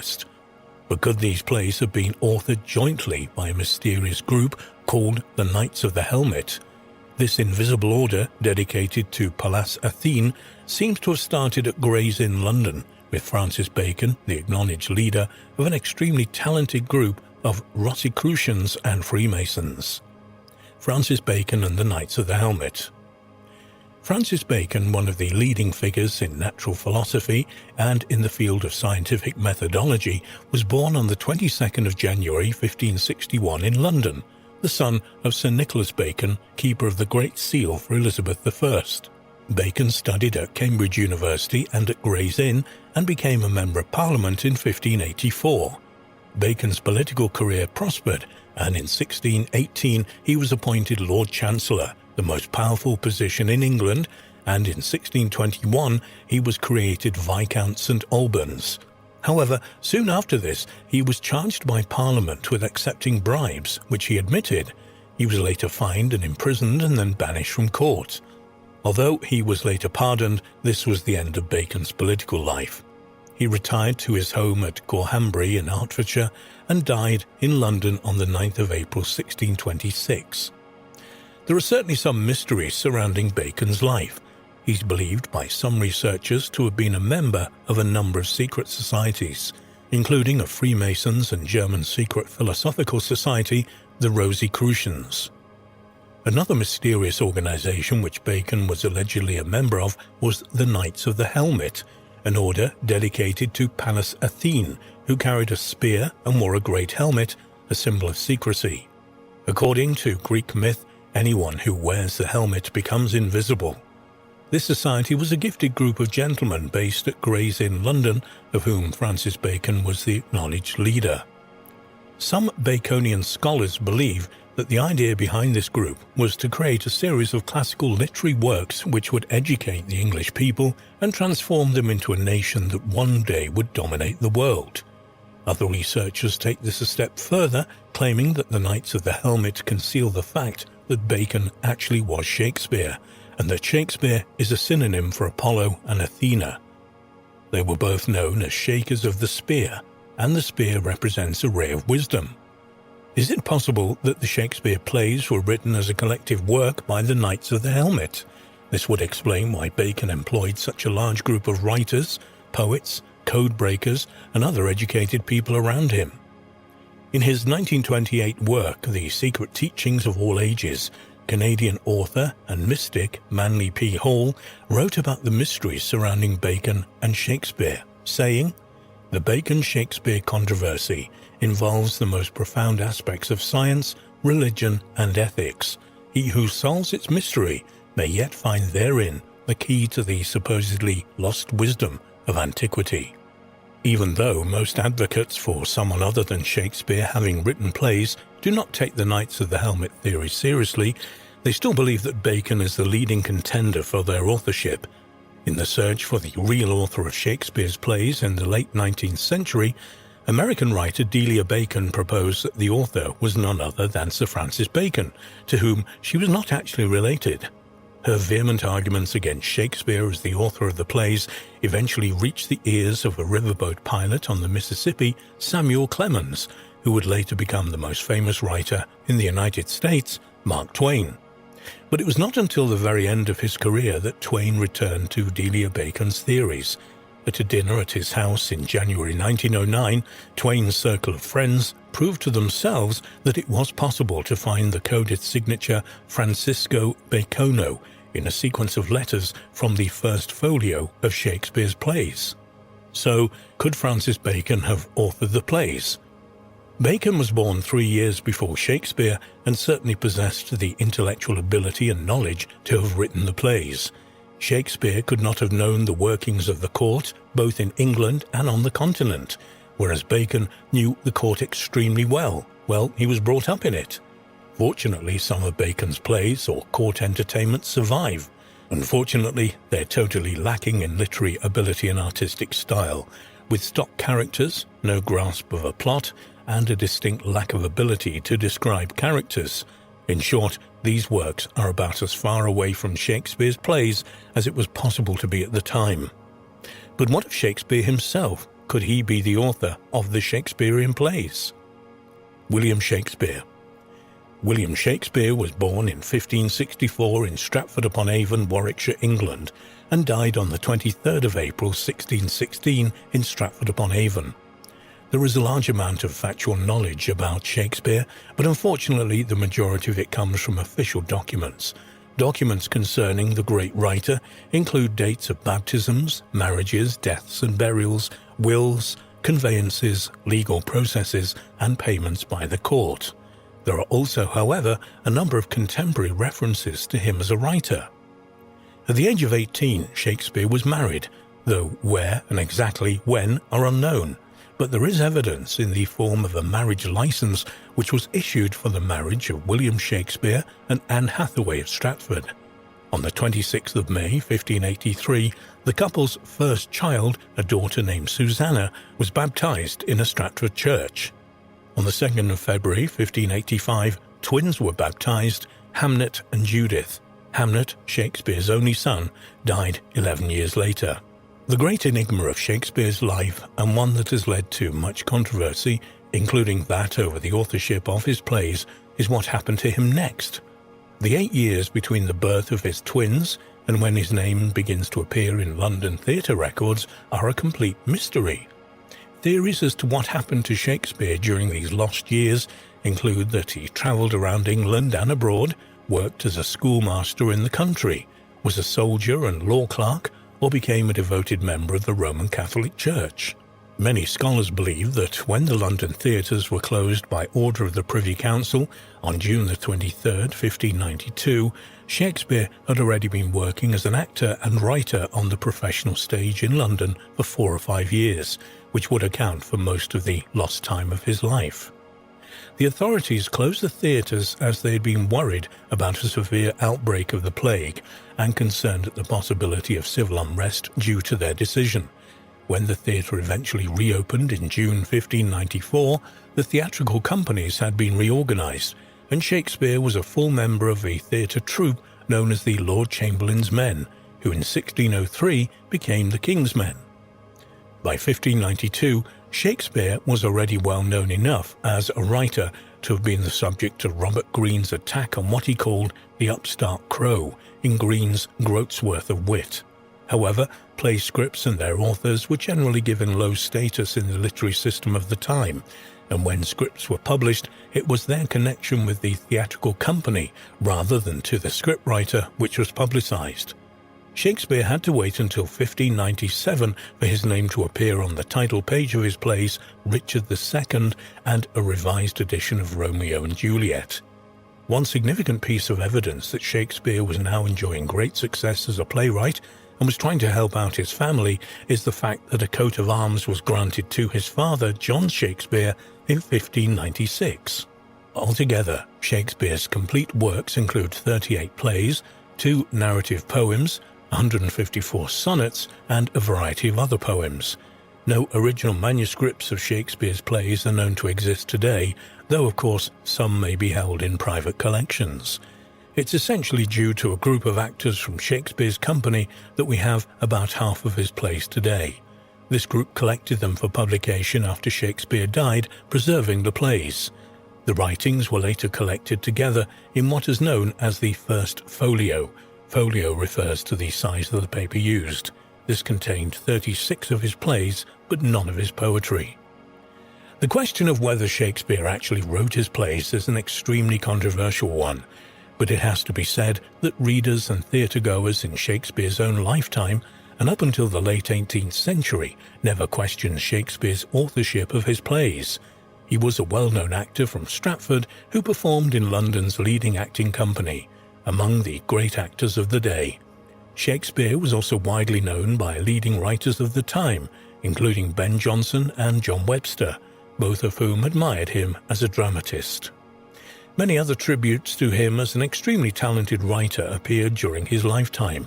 Consequently, any theory that suggests that he was not the writer of the plays and poems attributed to him must assume that Shakespeare's contemporaries were universally fooled by some type of secret arrangement, a huge literary hoax, which is surely an absurd idea.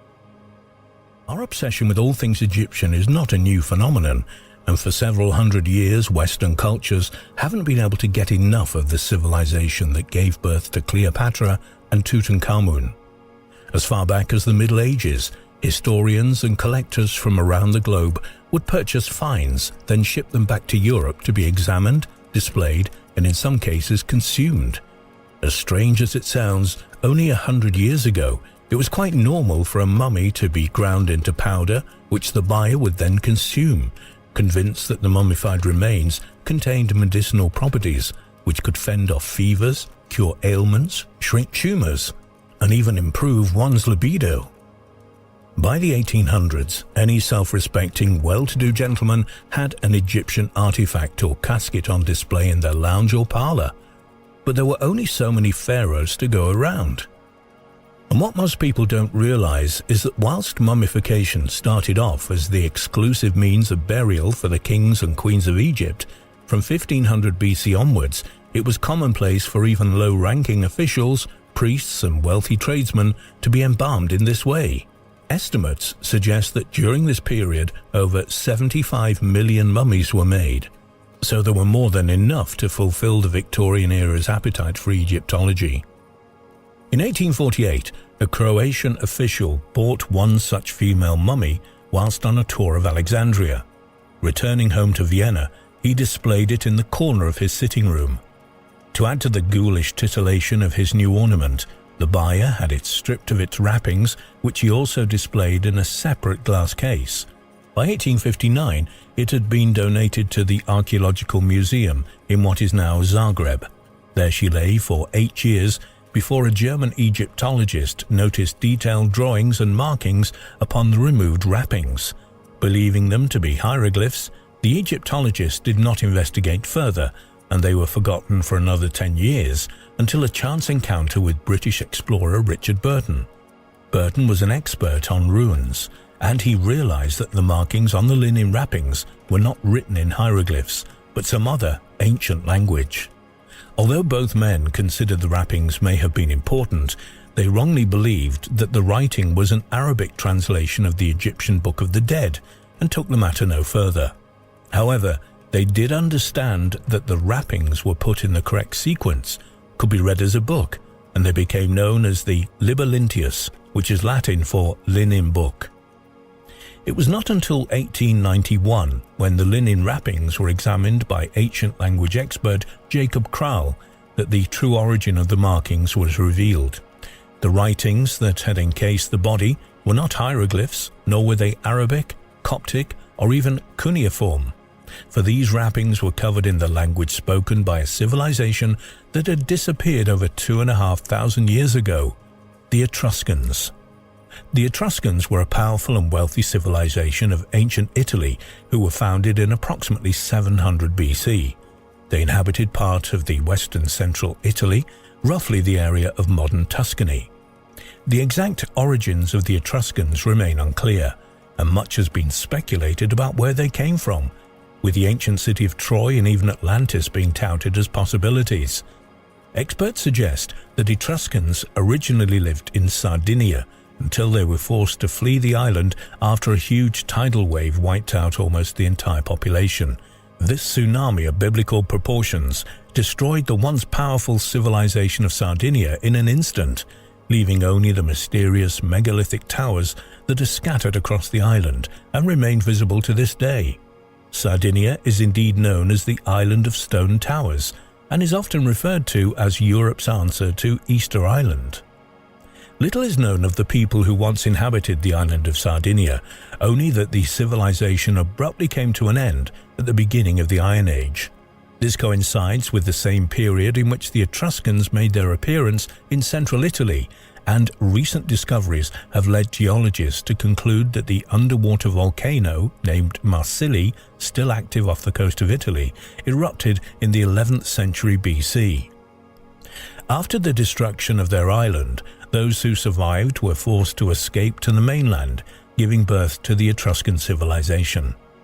It's interesting to underline the fact that the Greeks called the Etruscans the Tyrsanoi, which actually means builders of towers. Bizarrely though, not a single tower has ever been found dating to the Etruscan age in Tuscany, while in Sardinia, more than 7,000 prehistoric towers still stand. Experts have also noted that whilst the Etruscans were known as great seamen, they tended to build their cities far from the coast and above sea level, as if they feared the ocean which had previously betrayed them. The Etruscan cities were independent states linked to each other by a common religion, language and culture. They learned much from the Greeks, but they had their own distinctive character which influenced the neighbouring Italian people. They taught the French how to make wine, the Romans how to build roads, and introduced the art of writing into Europe. They were a dominant force in Europe, trading with the ancient Greeks and Celts before gradually declining, eventually being overwhelmed by the emergence of the Roman Empire a few hundred years later.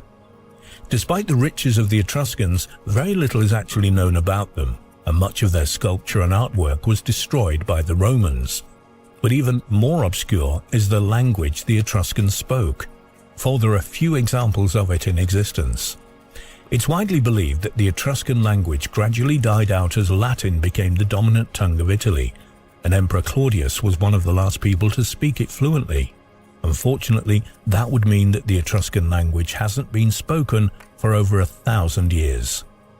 What this meant for the experts studying the Liber Lineus was that whilst they had finally identified the language upon the wrappings, they had absolutely no idea how to read it. Even today, the Etruscan language is far from understood, and much of the translations are little more than educated guesswork. However, experts have been able to decipher certain words amongst the wrappings, including specific dates and the names of the gods the Etruscans were known to worship.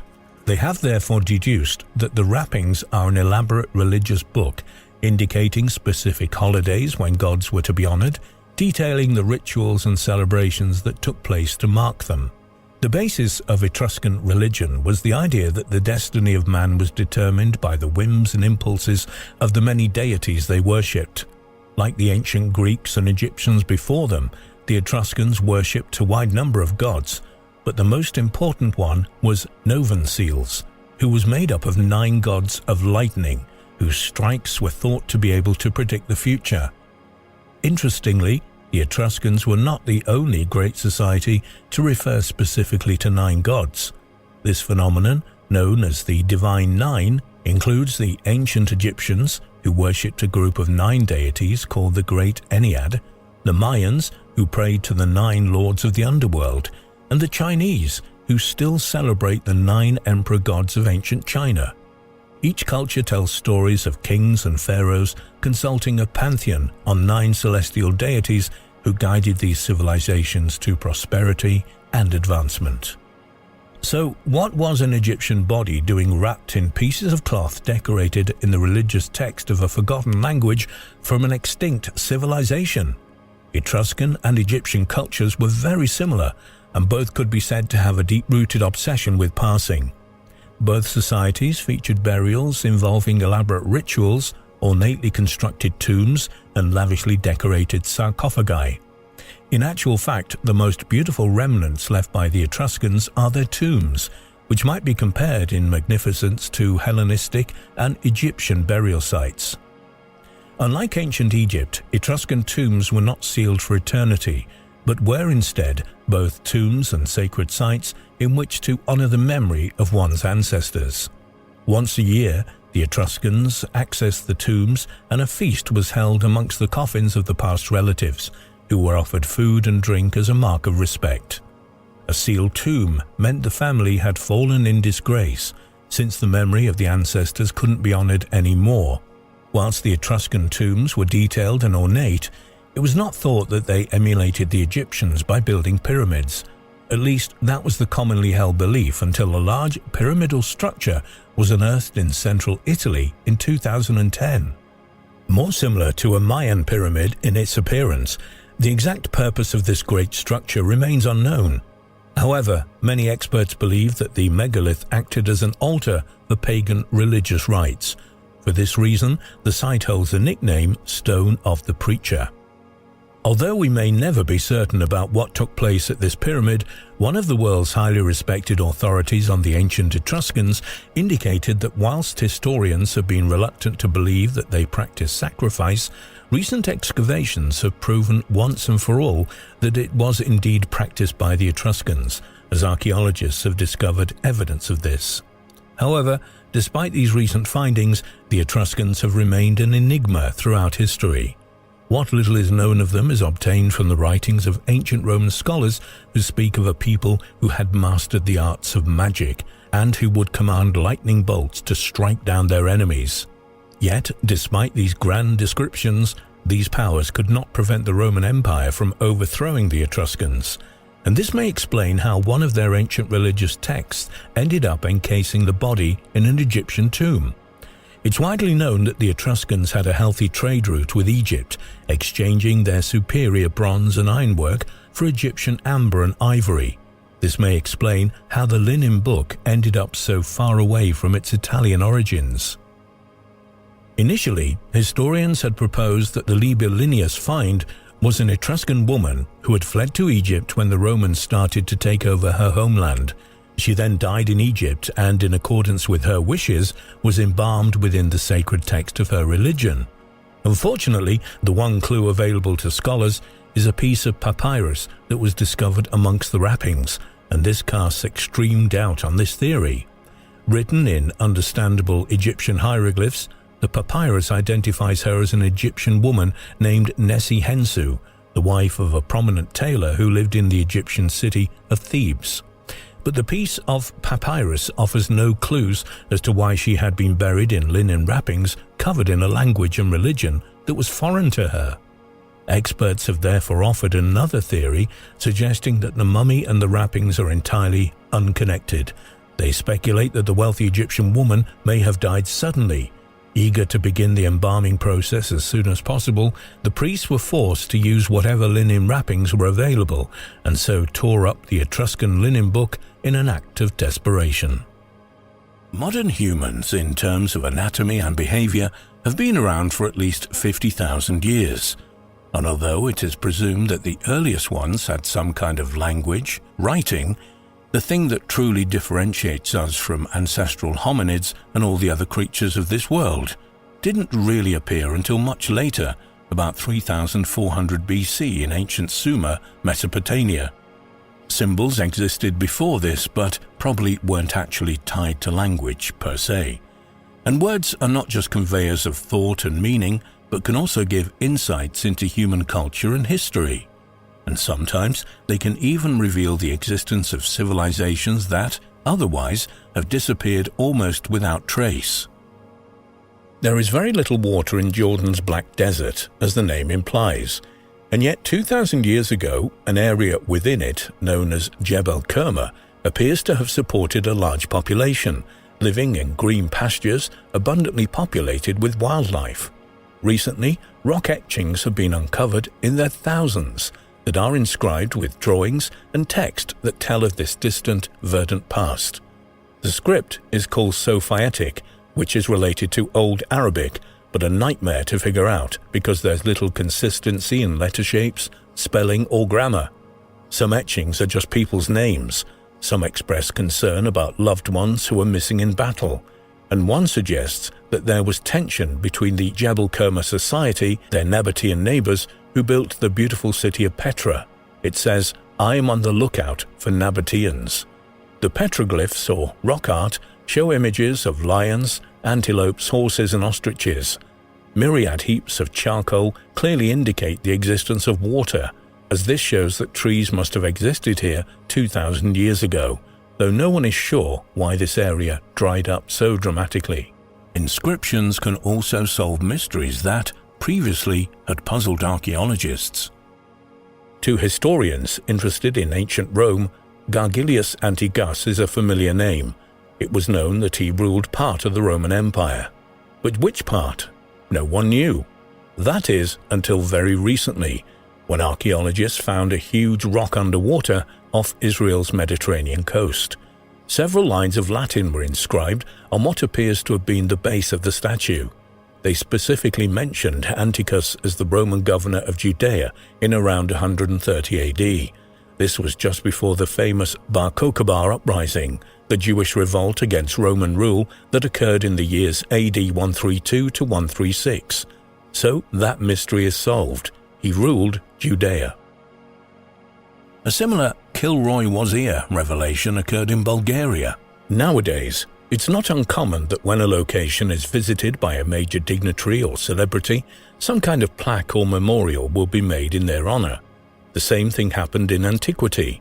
The Romans built forts throughout Bulgaria. Indeed, the famous Sostra fortress has been studied since 2002 by the Bulgarian National Museum of History. It housed up to 1,000 soldiers, according to the base of the statue found nearby. Eventually, the fort grew into a major town with a civilian population. In 2016, a roadside pillar was discovered nearby with 19 lines of Latin on the 7-foot-tall object. According to the inscription, it was erected to honor the Roman Emperor Philip the Arab and his son Philip the Younger. It's assumed that the emperor had visited the site around 244 AD as he traveled across the Balkans to solidify his command. And sometimes the power of just one word can unravel a riddle. In 2016, archaeologists found a broken stela in the Krasnodar region of Russia. They were a bit puzzled. The pillar was made of marble, which is not native to the region. The site was originally called Phainagoria, an ancient Greek colony, founded in the 6th century BC. The city was immensely important as it was the economic and cultural center of the Black Sea territory. It is known to have been destroyed in the 10th century AD by Viking invaders from Scandinavia, known as the Rus, and possibly the source of the name Russia. Archaeologists have successfully translated the ancient Persian script. It praises King Darius I's victory over Greece's attempts to subdue his country, Persia, in 494 BC. No one was sure where the Greek resistance had been crushed, and the script held the answer. It was Miletus, a city in present-day Turkey. It is presumed that the stela was erected in Miletus, where marble is found, and sometime later transported to Phanagoria, probably as nothing more than a ship's ballast. Although it had an ignoble end, it has revealed important clues for historians of ancient Greece and its struggles against disruptive colonies. Clues about ancient attitudes can also be uncovered by looking at inscriptions. 2,200 years ago, a group of young Turkish men decided to rent out a property that they'd inherited in Teos. Nowadays, leases are typically in electronic form or printed on paper, but not back then. Extraordinary as it may seem, the details were chiseled onto a stone stela, standing 5 feet tall and erected at the site's Dionysus temple. These students, or neos, were a strict bunch, because in addition to the names of the tenants and witnesses, the occupation rules were listed along with severe punishments that would be meted out for missed rent, inappropriate use of the building, or damage to it. They also insisted on a vacant possession of their property 3 days a year, without rebate. This carved rental agreement is the only such example found anywhere in the world, and gives researchers a rare insight into the early Mediterranean society and its draconian laws. Love makes the world go round, apparently, and messages of love, written or inscribed, are common in all human cultures. In 1962, American country-style rock and roll duo the Everly Brothers released a song, That's Old-Fashioned, with the line, "And we carve our initials in the old oak tree." They certainly weren't the first and certainly won't be the last to do that. But if you're on an island, more or less devoid of trees, what do you do when you and your lover want to declare your love and make your mark? Answer: carve it into the rocks. And that's what happened at least 2,500 years ago on the Greek island of Astipalaya. The island is largely made up of dolomite limestone, a fairly soft mineral that makes up about 2% of the Earth's crust and is commonly used after crushing, treating and purifying as a medicine to neutralize stomach acid. Apart from quite a few rather explicit drawings, the lovers on this island have written charming messages about their mutual affection. The standard of literacy is quite remarkable, showing that, in ancient Greece, ordinary folk were more highly educated than previously thought. This was an important rewriting of our understanding of culture and history, as was the discovery that our negative perceptions of European colonialism might not be entirely fair. Europeans have always been accused of bringing death and destruction to the lands they conquered. Though this is true to some extent, there is evidence that, initially, at least, it wasn't always the case. In 1492, Columbus sailed the ocean blue, goes the popular verse, and 2 years later he discovered the Caribbean island of Mona. The natives there lived in immense, deep cave networks and decorated their walls with drawings and writings. In 2013, Mona's caves were revisited by scholars. It was already known that the walls were richly adorned with superb images of hunters, animals and landscapes. But the researchers discovered something new. It was always thought that the Caribbean folk had no written language. This was probably true of their own language, but on the walls the scholars found phrases, clumsily written in Spanish and Latin, and to their surprise, lots of Christian symbols. It suggests that in those early years, the colonists had taught them writing, albeit not of their native tongue, and had introduced them to Christianity. Sometimes, however, the discovery of ancient writing and inscriptions can lead not to revelations like the ones we've looked at, but to tantalizing uncertainties that await resolution by researchers, like yourselves perhaps, who won't take "don't know" for an answer. The Kayamoks are an indigenous people who, for thousands of years, occupied the shores of eastern Vancouver Island on the west of Canada. They call that area the Land of Plenty. They had a sophisticated culture which included masked dances and rhythmic songs. In 2015, their modern council, known as the Comox First Nation or Comox Indian Band, gathered for a barbecue in the Comox Valley. Following their traditions, they started to dig a roasting pit, and they were surprised to find that they were excavating large numbers of ancient seashells. They realized that they'd stumbled upon something of historical significance. The following year, a team of archaeologists began a formal excavation. They found not just shells, but over 80 mysterious flat stones and tablets, along with clear evidence of a long-lost village. Each stone was inscribed with a symbol, including images of a feather, a tree, and what is known to be a fertility symbol.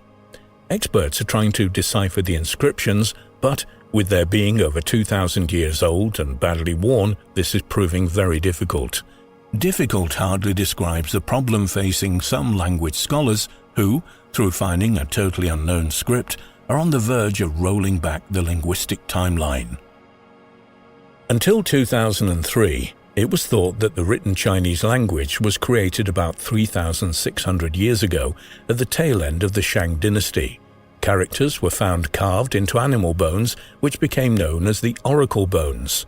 However, following the discovery of Neolithic shards near Shanghai, this has been pushed back by an astonishing 1,400 years. 200 fragments of jade, bone, wood, ivory, pottery and stone, all with clear linguistic inscriptions, have been excavated at the remarkable Zhuangqiu excavation site. The character appears very similar to those used today and are made up of 2 to 5 strokes.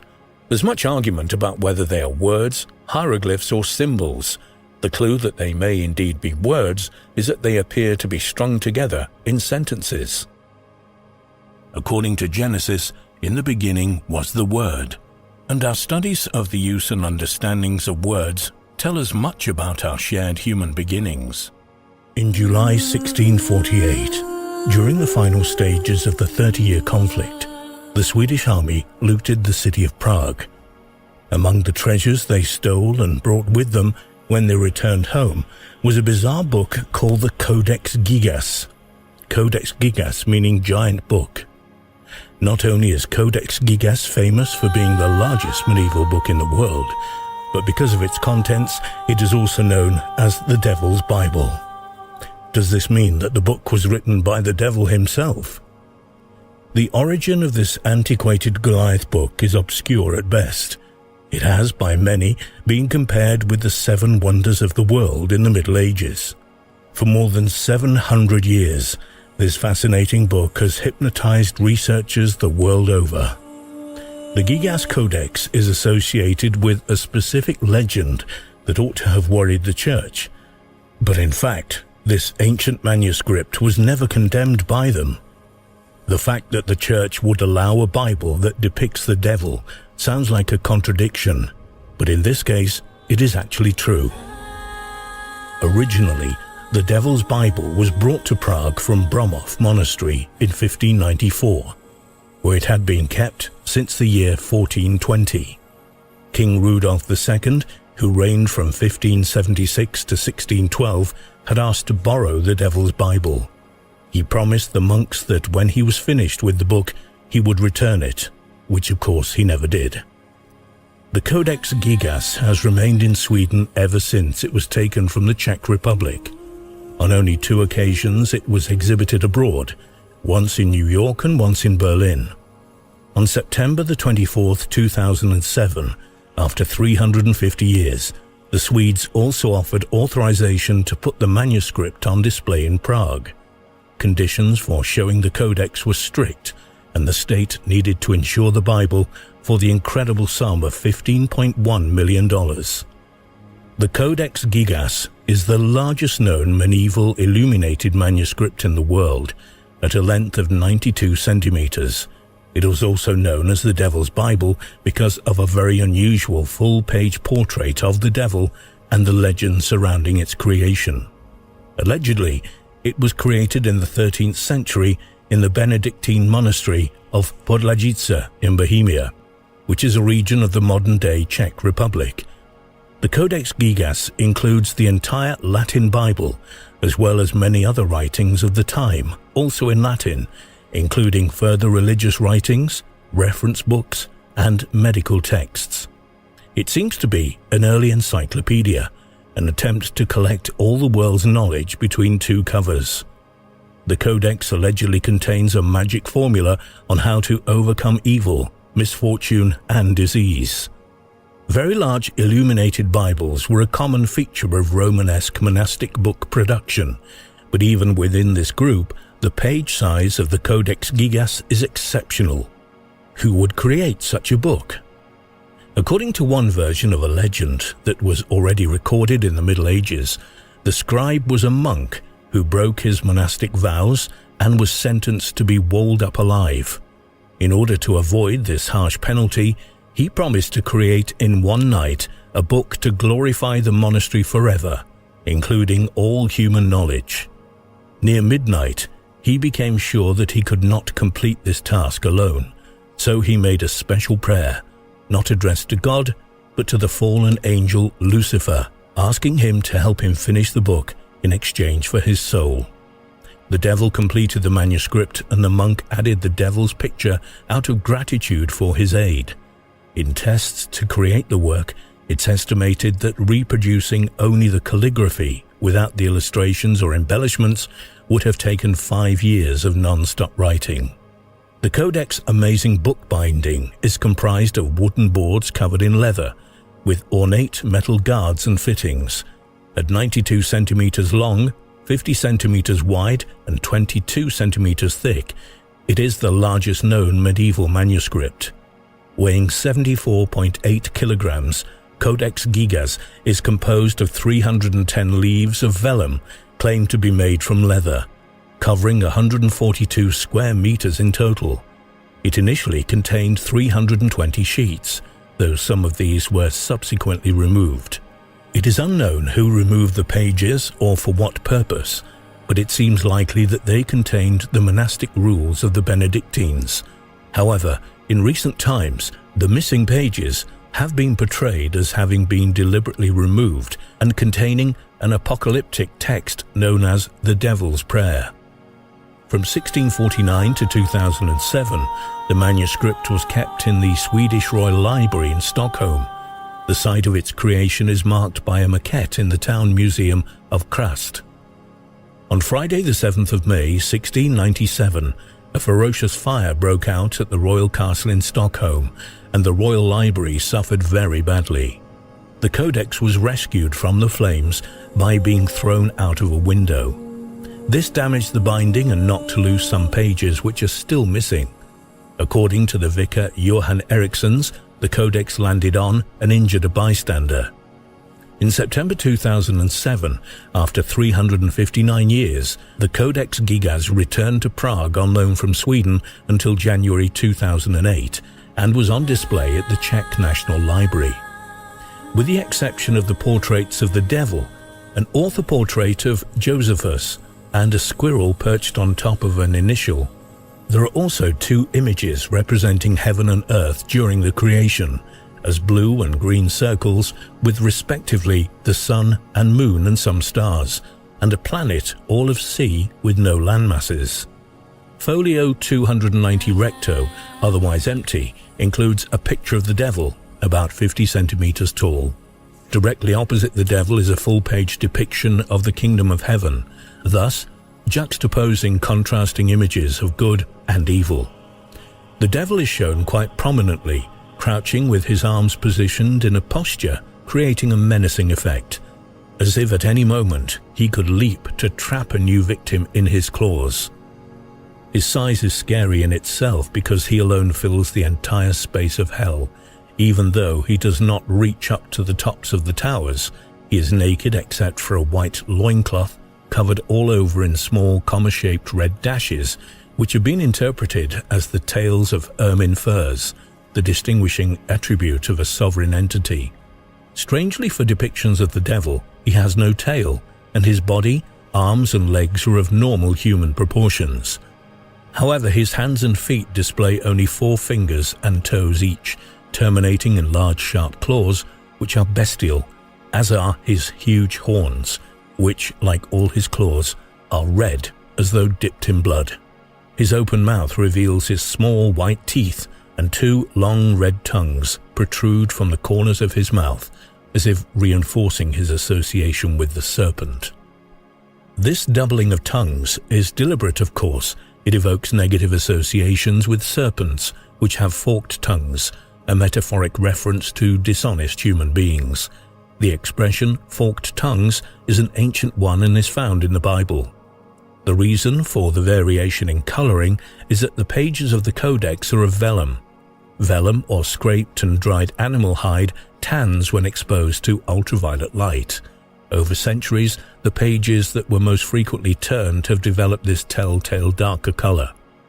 The codex has a unified look, as the nature of the writing is unchanged throughout, showing no signs of age, disease, or mood on the part of the scribe. This may have led to the belief that the whole book was written in a very short time, but scientists are starting to investigate the theory that it took over 20 years to complete. The length, size, and detail of the codex are of such extraordinary magnitude that legend surrounds its origin, as mentioned earlier, specifically the story that it was written by one scribe in one night with the help from the devil himself. According to legend, the codex was created by Herman the Recluse in the Benedictine monastery of Podjatsa near Krumien, the Czech Republic. The monastery was destroyed sometime in the 15th century during the Hussite Revolution. Records in the codex end in the year 1229. The official Codex Gigas resides in the National Library of Sweden. However, it contains a digitized version of every page of the manuscript, as well as commentaries on its history, text, script, initials, and decoration. The original manuscript is kept in a climate-controlled storeroom and is not on display for the general public.